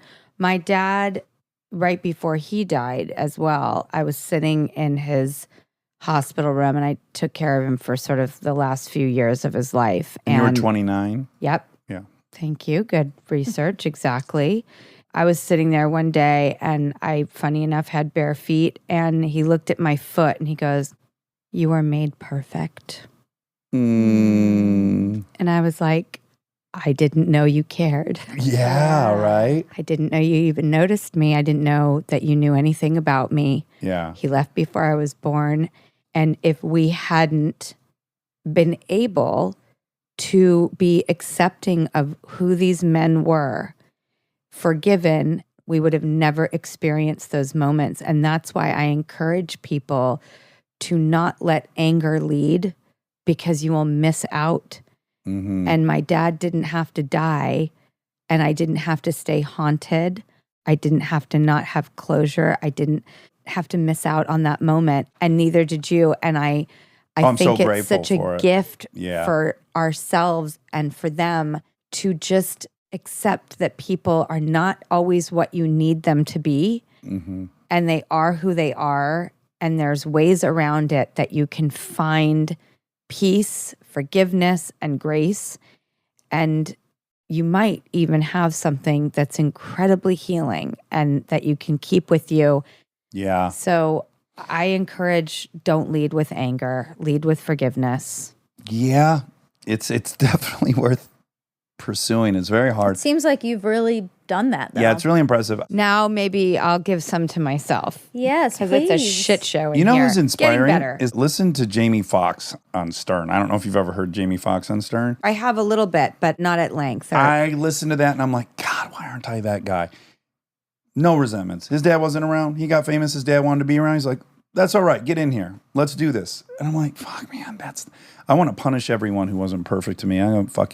I'll get mine. You'll get yours. Do you really feel that way? I had felt that way in the past. I don't anymore, but I live most of my life like, Did you really let it go? Did you really flip the switch? oh God, no. I don't think I can. That style? Yeah. Yes. Yes. I think Good. so. Yeah. I think so. That's okay. I did not forgive myself or my mom for a long time, and mostly myself. The funny thing is that happens to kids, and I'd like all parents to know this, is that when you fuck over your kids usually feel really horrible about themselves. Yeah. They don't hate you, they hate themselves. Yeah. And that was That's the saddest part of the whole That's thing. the worst part, is the guilt I had that my mom and I could not have. That societally perfect mother-daughter relationship crushed me throughout my life. And then I finally let it go and was just like, look, this is what it is. This is who she is. This is who I am. I'm actually, talk about a boundary. I guess I did know something about boundaries because I created one that I needed with her. Yeah. And she respected it. And we could come together as not mother and child damaged, corroded with guilt and toxicity. I was like, hey, you know what? Fuck it. Let's woman chill. to woman. Yeah. Guess what? You're not perfect. I'm not perfect. Yeah. Let's just fucking not live the rest of our lives like this. I can't take it anymore. I am so ready to let this go. I have sat in this shit for so long. I can't wait to get out of this. Yeah. And it was great. And it's been great ever since. Well, the one thing I've said it on here before, and I apologize if you're hearing this for the 11,000th time, but Bring it. the huge turning point with my dad and I I think is what the kernel is that's kind of growing into me stopping talking about his shortcomings and more. The guy fucking hugged and kissed me all the time. He's very affectionate. He was a great example in so many ways. He was very emotionally present and whatever. He was great in so many ways. The story changed for me, which was I had Lincoln and I was in the beautiful, that first year where I would bring her everywhere and she's just my little appendage and the whole thing. And I was like, oh my God, I've been telling myself my whole life that I was the victim. And in fact, so much more heartbreaking to miss being a parent than being parented. The real victim is my fucking dad didn't get to do all this stuff with me. I would have been perfect for that. I like motorcycles. He liked that. Like we could have done everything together. So I just was like, I feel so bad for him now that I've had this experience. And he's the big victim. Your mother's the big victim. Your mom, think about the guilt you lived with just for getting separated. Now imagine the guilt you'd be living with if like you let your kid go to Studio 54, for lack of a better example. But think about that. Like you have the big gift in the situation. You don't have terrible regret how you were as a child to her. By the way, I don't know what she feels about it. And there is a burning desire / I have a boundary and that would be crossing it. Right, which right. is to actually like have that conversation with her because we keep things nice and surface. Sure. And very, very positive. Yeah, good. Like almost yeah. spiritual. Yeah. Because I know that both of us feel that we're so glad we're not dead and we can actually talk to each other. Text. Sometimes on New Year's Eve, I'll be by myself on my couch and I'll call her and we'll just laugh for 2 hours. Oh, that's that we're available to each other. Yeah. But I actually am dying to know, does she regret it? 1,000%. She has I can answer that for her. She has to. She might not let herself feel it. Well, let me ask a follow-up question. Is your mother Adolf Hitler? Because if she's not, my hunch is she probably feels a lot of regret. Do you want to know the funniest thing? I don't want her to. I Well, really right. You don't need that. But I wish I had been big enough in 2012 to say to him, hey, man, it all worked out. I have the life I wanted and everything is gravy. Yeah. So you die knowing that you brought this boy into the world and everything's perfect. Like, I wish I had the benevolence to do that. You weren't able to tell him that? I didn't fully let him off the hook. I was also, let me add, I was discovering throughout this process that he had been stealing from me. So it's like this mix of like, oh, here we go. There's some old shit here. He's fucking been lying about all. I think so I'm like trying to. I don't want to out my mom right now, but dude. Yeah, mine's dead, so I can say whatever. I Yeah, want. exactly. But basically, you know, I had been mailing him payments every month to handle all these expenses. But then he was in a place where he couldn't actually write the checks anymore, so I had to take that over. And I was like, oh, your insurance is only a half of what you were saying. Your rent's only 70% of what you're saying. You have a pontoon boat? I bought you a pontoon boat. Oh, where did that? He's like, you want to take a ride in the pontoon boat? I'm like, where did you? God. Oh, I guess I bought that pontoon boat. Yeah, let's go for a ride. Yeah. So I think I did as good as I can. I don't have a ton of regrets. I wish I could have obviously given him that gift at the end, but I was there. I was there for the whole fucking thing. So whatever. Our similar parallel lives are really interesting. I think because you talked about like with Prince Harry and Oprah, how they came from the opposite spectrums of life. You both commented so eloquently about the apex of privilege and the nadir of privilege. Exactly. Yeah. And they're either going to roll reverse or, as you so sweetly said, meet in the middle. They're both pretty gangster. They're both pretty top dog. Something I keep saying on the show, it's so about feelings. People can be born in different places at different times, live very different lives. But when they intersect on feelings, for me, that's that sweet spot that I want to live in and explore with people. Yeah. And my God, the comedy of stuff you are saying, I'm just like, yeah. Yep. Sure, been there. Yeah, totally. Even the cancer part, I was like, oh yeah, that's really, spot on. So now we have another thing in common, which is we both interview people. Have you had a favorite guest? How many episodes did you do the first season? 170. Oh Wow. Holy shit. That's so many. That's too many. That's about 100 too many. It's second time crazy. I've spilled this matcha. Oh my God. It's rare to spill something twice. It is job. Wait, crazy. 170? 170 shows a year. We have multiple guests in each show. Wow. Are you sometimes, like when I've thought about that format, I feel like it would be coitus interruptus all the time. Like I would feel like, Right. oh fuck, man, we're just getting somewhere, and now 8 minutes is up. Well, and I know that's a lot of like what the light bulb was for you with a podcast, that you could go way, way, way deeper. And how I do it is I actually tape the interviews separately Oh, that's so smart. so that I can have at least pretty much 45 minutes with everybody. oh, that's such a good wow. idea. And then I'm heavily involved with the post team, who I love and have told them they are like literally the gargoyles at the gate, and they have the power to skew things or shape things or narrow down all the pearls. They established the tone of your show. Monica established the tone of our show. She edits it. So she decides what it is. Editing is the shaping of storytelling. So I work really closely with them. I highlight the things I definitely don't want to lose. What I think didn't strike me as interesting. If anyone else does, get it in there and let me prove me wrong for sure. Yeah.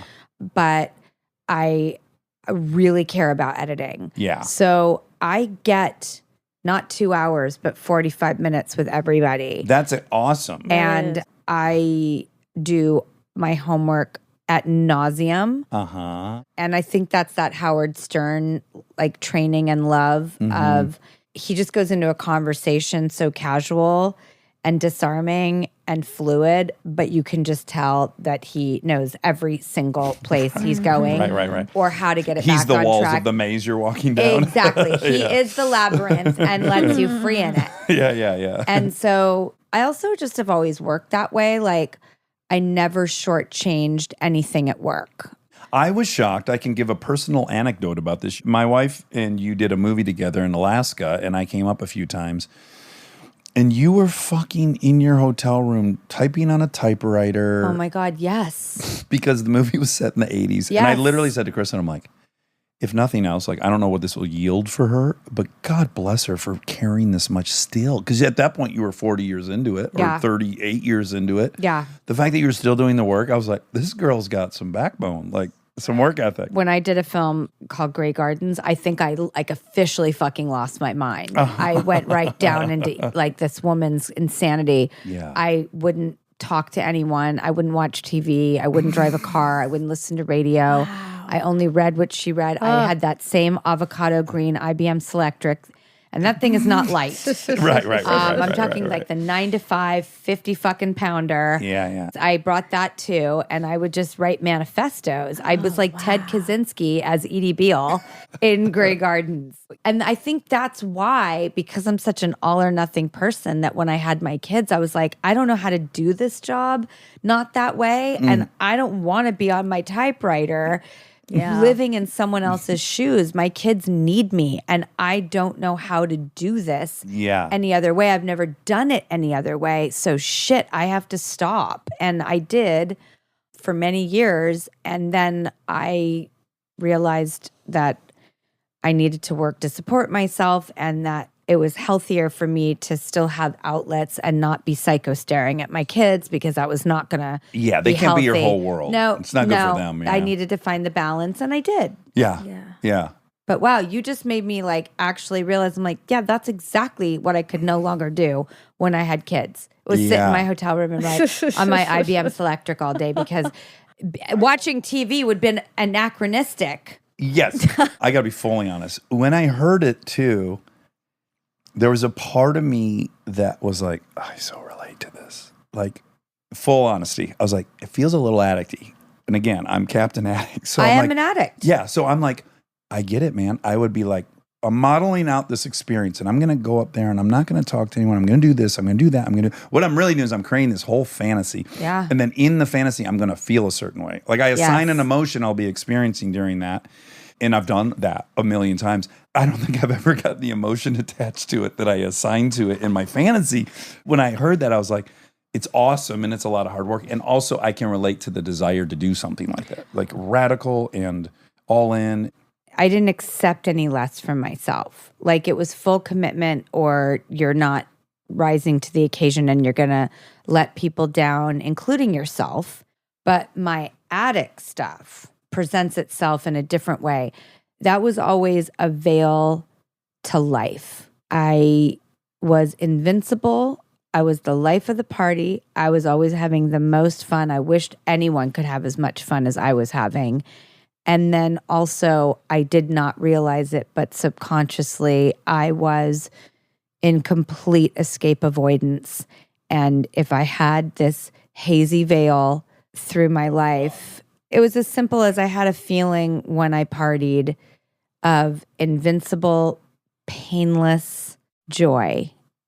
And that was what I chased. And that was why I was an addict. Yeah. Do you think it's possible that your true anchor for the last 46 years has been your profession? Yes.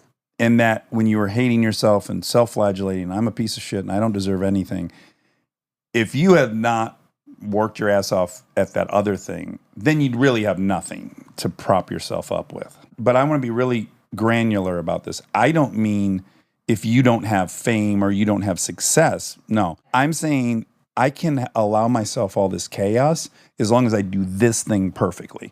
And if that thing falls apart, well, now I'll have to admit the whole goddamn show is destroyed. It would completely put me in a serious state of delusion because I would say, but I'm fine at work. Right. So I can handle all the burning the candle at both ends. That's kind of what I mean. Because I always show up. And I think work was not my self-worth, but it was the accountability that a parent should have instilled in me to develop that wasn't there, but work did. Work was like, you got to be on bed, you got to learn I was going the to say, lines. the work gave you the boundaries. The work was Be here the at parent. 8. The discipline. Gave me the discipline and the total accountability. And I did not fuck that up. And to this day, I really try not to. I can count on my hand the amount of times I fucked up at work. And it's one hand. Yeah. And that In is 46 years. 46 years starting in diapers. Wow. And all of them are mistakes I made by maybe partying too hard or getting sick or just being like physically not able to get there. But for the most part, I was like, nothing stops me from working my best, hardest, and showing up. I don't let people down. Yeah, my addict stuff, it's interesting that you say that you saw it like with me clickety-clacking away, locked up in a room. I was probably also like drinking a lot in that room at that very same time. Sure. And then getting even more into the Allen Ginsberg of my fucking typewriter. And I was romantic. We're romantic. You know what? Alcohol was my pacifier. Since day one. It was like, oh, I feel so cozy and fun and invincible and just joy. And then what I didn't realize was the chemical warfare that I was putting my body through scientifically and why the highs were so high and the lows were so lows. The next day, I was like, the world is ending. And I didn't understand that it was because I drank the night before. Right. And you slept like shit and all these things Oh that add my up to feeling like shit. God. Yeah. I am so glad that I'm in a clear state in my life and that I'm ready to be so present and just not have that desire. It's like it finally, Elvis has left the building. Oh, that's lovely. And it's so quiet and insecurity is loud. Confidence is quiet. Nan, she taught me that saying. It's one of my favorites ever. And listen, you presented it in a chicken or an egg situation where having kids allowed you to set boundaries in how you'll work. But it might be the reverse. It might be that having kids gave you the esteem you needed to not need it at work. I'm unpacking that suitcase all night tonight, hearing you say that. Yeah, like I don't know which one came first. Who knows what came first? All I know for sure that I can clearly identify was my kids were the first thing in my life that made my life worth living. Yeah, gave it value. Yeah. Yeah. And living healthy. It wasn't when I got divorced. I was very broken. I don't think I was healthy at all. I was drinking too much. I was eating too much. Yeah. I was self-soothing. I was coping. It wasn't good. And I was even more mad at myself. Like, I was just like, oh my God, self-fulfilling prophecy. You are broken. You're a loser. You're a failure. You broke your promise and you're just, you're shit. You are shit. I know that zone well. But also, I mean, part of your forgiveness work has to be that you just said alcohol was your pacifier. It like literally was. You were 5 and 6 and you were in 7. It was your blankie.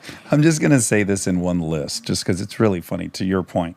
NET at 6, guest host of Saturday Night Live at 7, at Studio 54 at 8, Oh my God. in rehab at 13, emancipated at 14, writing a fucking autobiography at 16.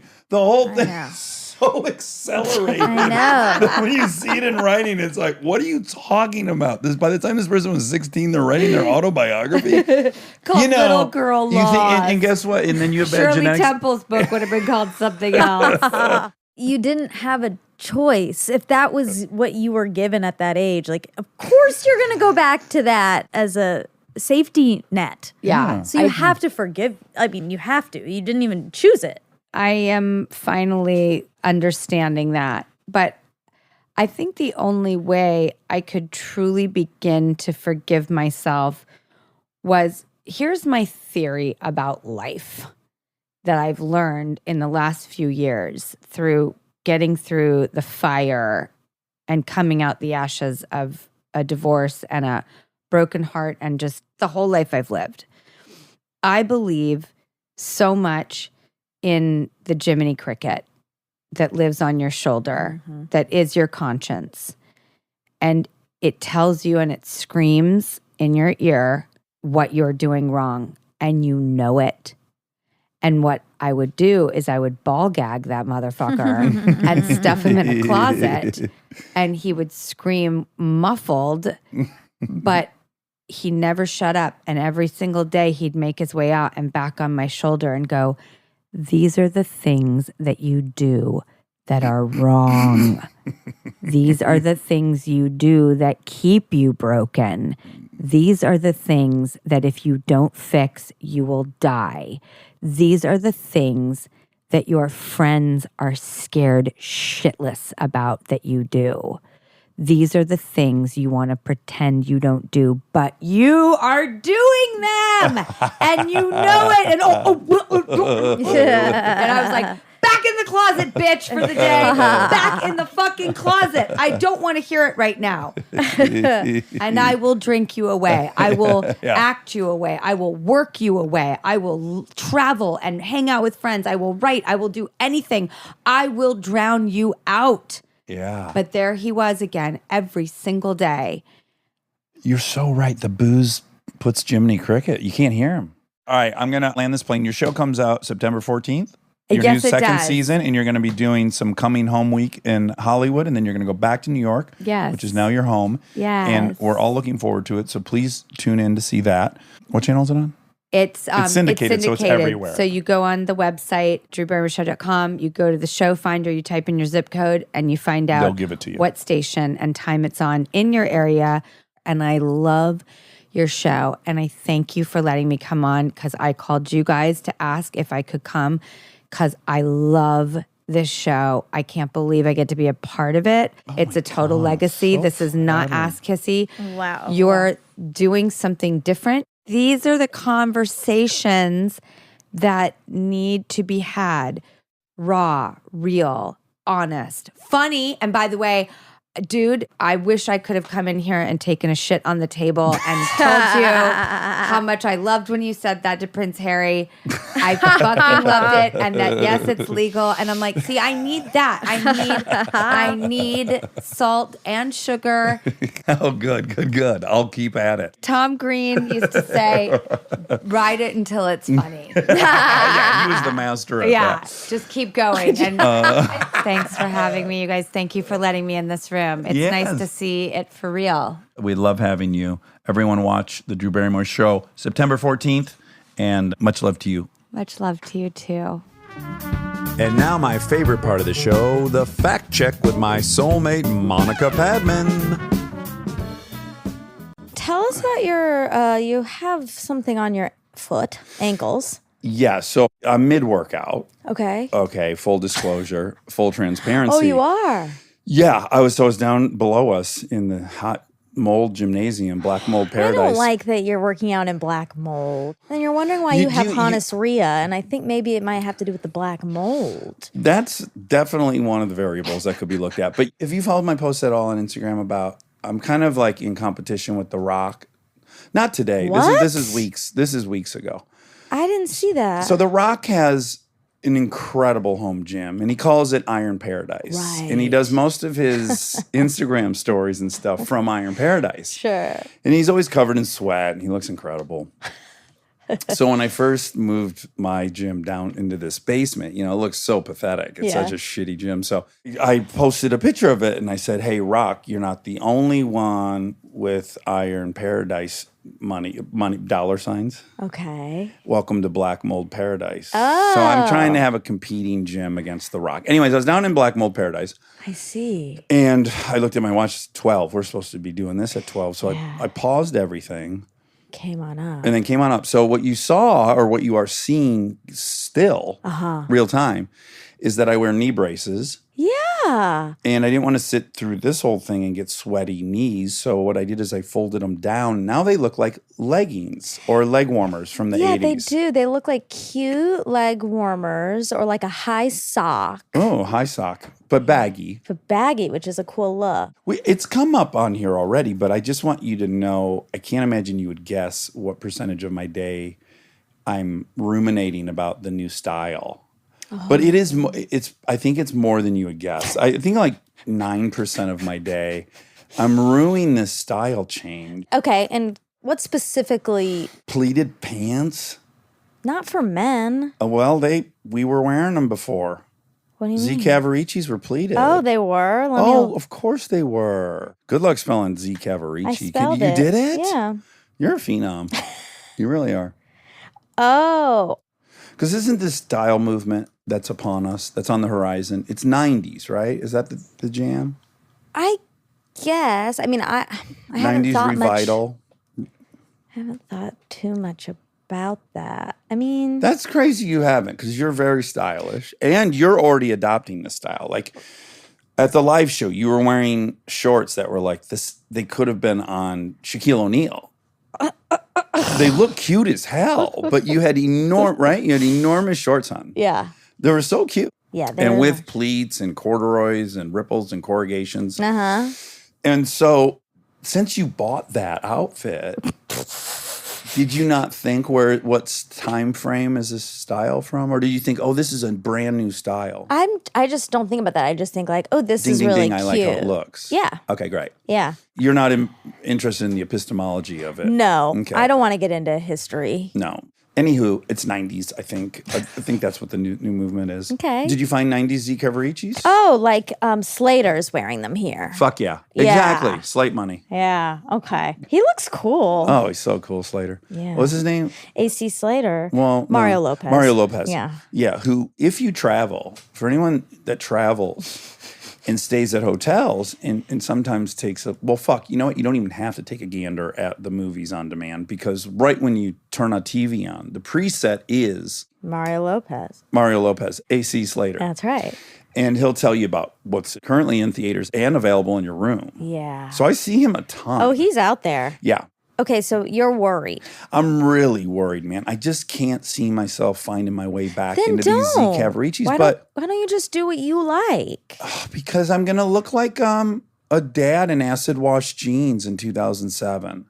I don't want to look like that. You have But- your own style. Okay, so thank you for saying that, because there's a defense in my head that I've been Okay. mounting, which is like, well, there are some styles for men that transcend all the time periods. Like if your only look in life was James Dean, white t-shirt, Levi's, You're done. you're fine. Yeah. Like I can't think of a time I've lived through where that look wasn't fine. It's always very nice, very classic. That's in my wheelhouse of style, I Yeah. think. So I'm like, okay, great. So I'm going to double down on that. Maybe my slacks are going to have to get a little looser. That's fine. I liked how they looked on James Dean. I can go a little baggier. Okay. I'm going to live with that. And then I'm going to add in some corduroy pants, Okay. but kind of a thicker, but plain front side pocket, not jean style, like proper slacks. Okay. But Corduroy corduroy. slacks, yeah. Okay.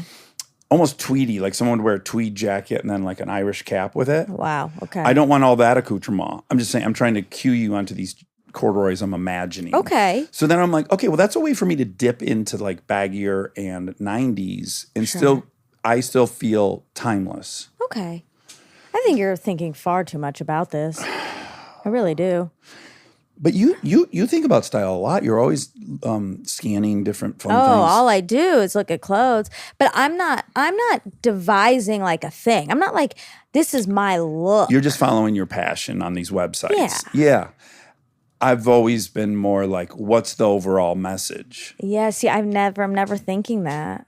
Rob, are you conscious of what the overall look's saying? No, I have no idea what you're talking about with these pants and style. And Okay, so it's presumable that we've lost all male listeners at this point. If the guy in the room couldn't pay attention, I mean, I get the AC Slater pants, but I didn't know Right. that was a thing now. okay. I don't But- think but- it but- is. I haven't seen. But you, Rob, in my opinion, you are sending a very clear signal to the community.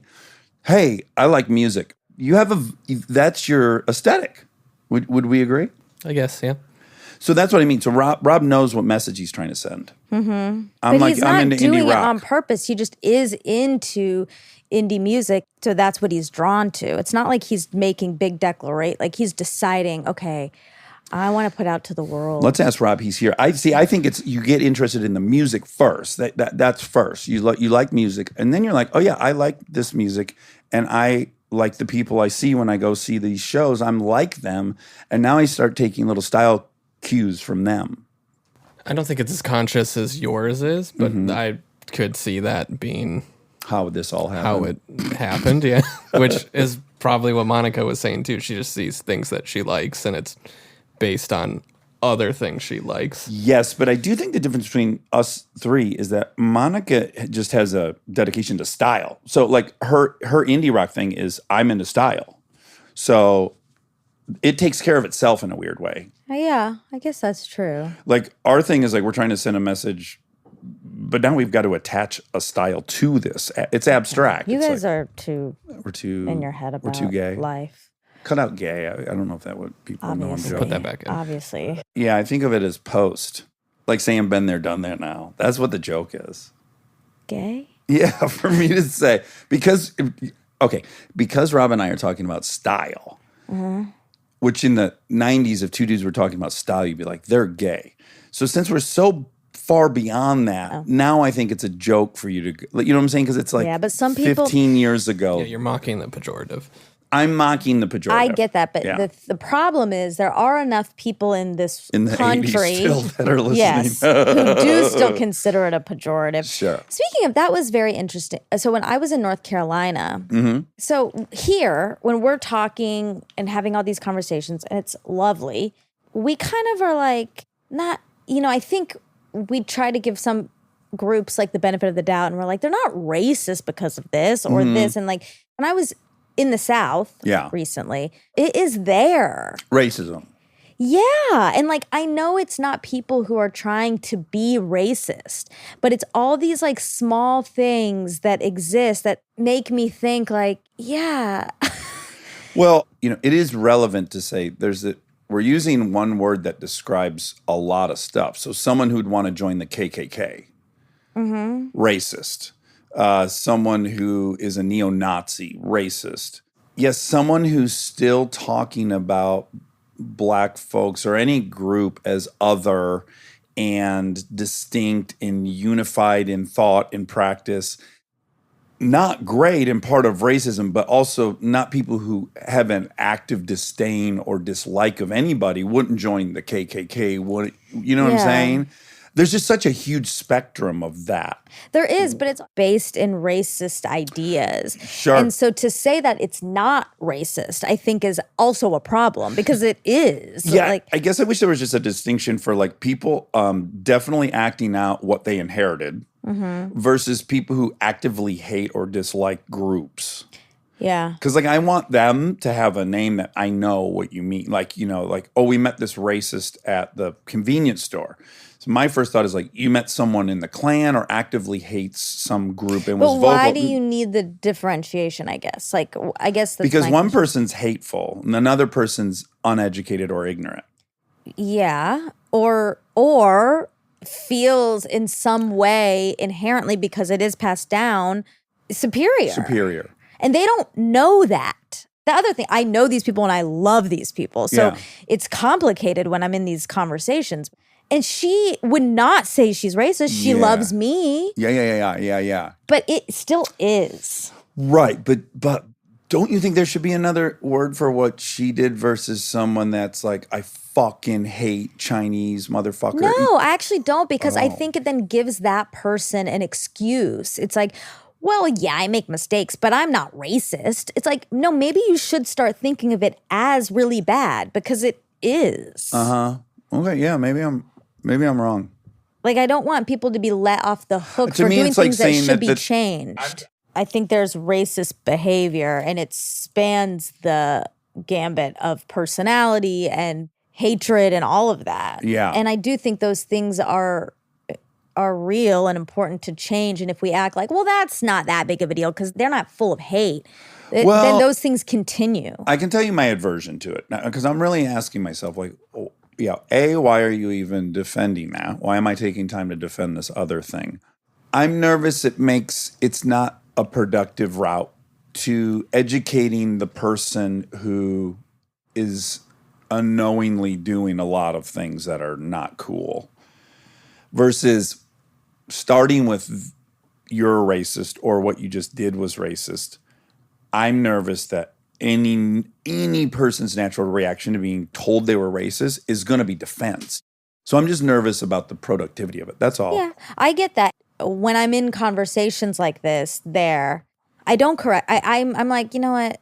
I don't have the energy for that. I'm not calling them racist. Yeah. But I know it is. Uh-huh. So that's fine, I guess. Like, I'm not trying to change them. Yeah. Or change their mind necessarily in that moment. I can't do in my head like, well, they're not hateful. They just, and I do. Of course, I already know that. I know Right, they're right. not hateful. But I also know, God, that is a problem still. Yeah. And I don't think it's in any way your responsibility, nor should you have to even worry about it, think about it. But if you could have gone in and said, hey, when you say that about that other group, Yeah. my immediate fear is, someone's saying that about Indians. They're saying that about my parents. Right.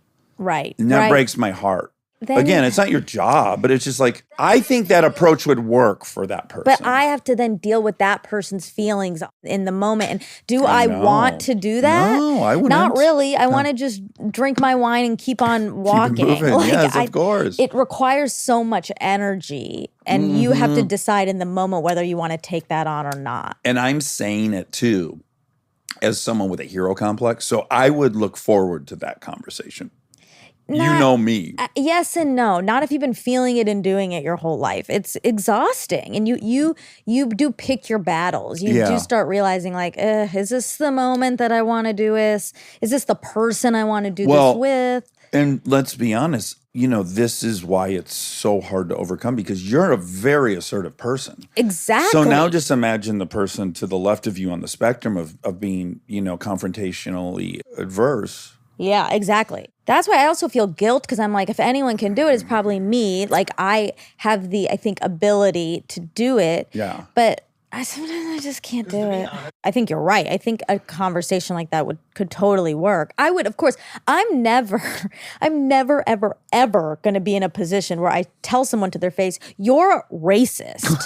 That's You're a fucking racist. That's not how I operate. I would never do no, that. no. So I'm just saying, I'm just zooming out because in my head, I'm like, oh, maybe I'm wrong. Maybe that area is not what I remember it to be. Yeah. But, and by the way, I am not saying everyone. I am not painting with a broad brush. I saw it more in those couple days than I am used to. Can you make it relative to when you were there 10 years ago? Has it improved or not? Because part of me is optimistic that just in general culture is moving from both coast inward. To I think so. You know. I think also it is generational. Yeah. Definitely. I think that's a big factor. To watch how my grandparents, how they would make an effort to be, I guess, progressive, and the words they would use, are just terrible at this point. But they were really making a concerted effort. Right. Like, so they stepped like 8 feet forward or whatever. But and then luckily my mom stepped 8 feet forward, and then I hopefully have as well. Yeah. But I just, in my own mind, I have 3 different generations of people, the way they talked about other people, and it's just evolved a lot. Yeah. Thank God. Oh, yeah. Yeah. And, I'm there and I'm like hearing some of this stuff happen around me and seeing it. And I love these people. Yeah. And I know that they love me too. I can hold both things true. Yeah. Oh, wow. We've really rolled up our sleeves on that one. We did. I'm not wearing sleeves naturally. Part of your style. Well, That's part of your style. That's true as well. Yeah. You You don't. can't regret your sleeve choice if there are no sleeves to regret. That's really true. You don't own very many. Well, I do own, but they're all just in line to have the sleeves cut off. I don't buy any pre-cut sleeveless. All your like muscle tees you make. Yes. Yourself. Yes. That's your style. Yeah, that's my style. I'm sticking with it. I'm going to be in the casket in a sleeveless tuxedo. Oh my God. Oh my God. Wouldn't that be spectacular? That's amazing. Everyone gets one last laugh. The only thing I'm already worried about is like my arms are gonna look so small because I'll be dead and there won't be any blood flowing through them. Maybe I'll also make a note to the taxidermist. What are they called? No, that's Mortician. Yeah, mortician. To really fucking pump me up with the formaldehyde. no. Like if I'm supposed to have a gallon, put 2 gallons in me. Ew. And it's fine if my face is just You're a big gonna look jug ridiculous. Yeah, my face will be like a watermelon with so much fluid, but my biceps will be enormous. I don't want to see that. People are gonna have the best laugh, Monica. One good laugh. Send them out. Send them out of the parlor. Oh boy, that's a. I might long also way. hire someone to. I would love everyone in their life, once in their life, to experience what Aaron and I experienced at that funeral, where when we walked in, there was a man sitting up in his casket. You can't imagine what it's like to see that in real life. It almost is like a horror movie. Yeah. And hysterical. But Because the guy is propped up, bald right? and has a totally normal look on his face. No, they weight the body down. Right. So it was getting Underweighted. Yeah. And he was not 90 degrees, but he was like 35 degrees. So he was like, it was almost as if he was looking out of his casket to the left. So the first thing it's like incredible is just that. Yes. And then when that subsides, you actually take in the fact that a lot of people are standing there mourning. Yeah. And that becomes the second wave of what's Of the absurdity. Yes, Yeah. everyone's acting like he's not sitting up or peeking out of the Well, they side might of the just casket. be too overwhelmed with grief. To not even acknowledge that Well, granddad yeah. is fucking doing an Who's, ab was workout. your grandpa? No, we were on our way to a friend's funeral. Oh, well, so you didn't have any colleagues. personal connection. None. Okay, well then So- that's why you could laugh. Right. So hear me out. So because that's like really a seminal moment of my whole life. At my funeral, I almost said wedding. At my funeral, it'll be in a place with multiple rooms in the parlor. And I will hire somebody to sit 30% erect, acting dead out of the casket. Oh, but not So then when you. people walk in, they'll have the same experience we had. Okay, that's nice. Another dead person. Another dead person. Okay. Now they'll just be an actor playing dead. Oh. And they'll have a little rod in back so that abs don't get too, it'll all get worked out. This is going to be in Hollywood, movie magic. I'll bring in a course. team of people. Maybe even we bring in like someone to make a model of a dead person at that angle. Everyone will have that. And they'll have a good chuckle and, oh man, good. I thought it was going to be a sad day. That's nice. Then they'll go and they'll see me, humongous biceps, big head, sleeveless you- tux. And they'll go, holy smokes, what a funeral. Yeah. I hope I'm dead by then. I'll plan your funeral. Will you let me art direct your funeral? Sure. Like, wouldn't your wish be to give everyone one last laugh? Yeah. Yeah. But you need to run it by me now because I don't. Sometimes we have different tastes. Styles Yeah. of comedy. Yeah. Yeah. Oh my God, I know what it is. You're going to turn the corner into the parlor Mm-hmm. and you're going to see 3 caskets standing on their head and toes. Up so and down, you vertical. mean? Okay. Yeah. And they're in the shape of a pyramid. The middle one is taller. Oh. And then you're on top in your cheerleading outfit at the top of the pyramid, but you're like a granny. But how will I be sitting up on top of a pointy casket? Well, it's a little platform on the top casket. Oh. So you're completing the pyramid that the caskets have started. So you're in whatever cheer pose you like to be in at the Okay. top of the pyramid. Okay. Don't they Okay. make a pyramid in your sport? Yeah, but with yeah. And then what happens? They throw you up and then you do a flip and then you land on someone's shoulders and you're just standing there. It's not as impressive as if I'm just standing on a casket and then there are 2 pieces of wood next to me. It's impressive because the people are holding people. Fuck it. We got an actor for my funeral. Okay. We'll get a team of state champ cheerleaders. That would be great. And then you'll have a belt on. You'll be wearing a harness. Okay. And you'll have a cable behind you. That'll keep me upright. Yes, but but the actors will have their hands stretched up high in the air, and you'll just, as granny in your old cheerleading outfit, will be suspended like a foot and a half above. But I'll probably be doing a toe touch, so my crotch will be out. Oh, wow. Wow. So one last laugh, one last PQ, send everyone out the door. What a great funeral. Oh my God. Should we open up Armchair Expert funeral Funeral plans? services. Funeral services and taxidermy, generalized taxidermy? Wow. Okay, I got to get into some facts now. Okay, this is actually a question. She said that Stern used to fuck with her publicly. And I didn't know if you knew what that, because you acted like you knew that. Well, don't out me for acting like I do. No, yeah. You know everything about Stern. Yeah. I think he just made fun of her in the past. Oh. As he made fun of everyone. He used to make fun of Rosie O'Donnell, then they I became friends. He used to see. make fun of Ellen for years, then they became friends. Right. Yeah, most of his current relationships started in antagonistic Okay, so he was just bullying. bullying her. Okay. Okay. Yeah. Okay. Are there 2.2 million podcasts? I think there's more now. This says there are currently over 2 million podcasts. That's not all that specific. And more than 48 million podcast episodes. Nearly 6 in 10 U.S. consumers above the age of 12 have listened to a podcast. This is as of July of this year. Well, wow. Yeah. I thought you were going to say 6 of 10 people have a podcast. Oh, my God. Pretty soon. Probably pretty soon. I think it's great. Everyone Me wants to too. make fun of it. I think it's so fucking great that people have an outlet to express themselves. That's where we're at. That we live in a world of technology where everyone has their own radio station. I agree. How fucking cool is that? It's so cool. Okay, socialite versus debutante. Oh, yes. Debutante is very Southern. It's a Southern thing. Okay.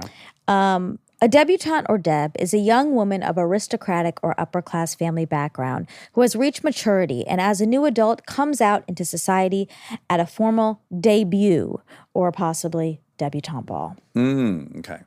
And a socialite is just someone that's on the social scene. Exactly. So a debutante could be a socialite.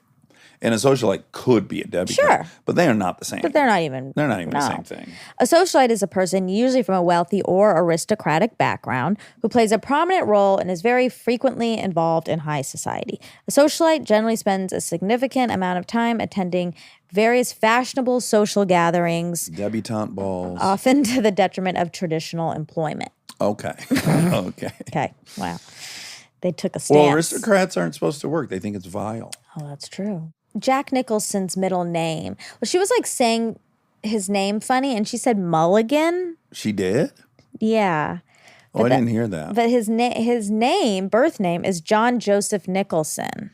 John Joseph Nicholson. So obviously the John becomes Jack, Yeah, I guess. which makes no sense. I hate it.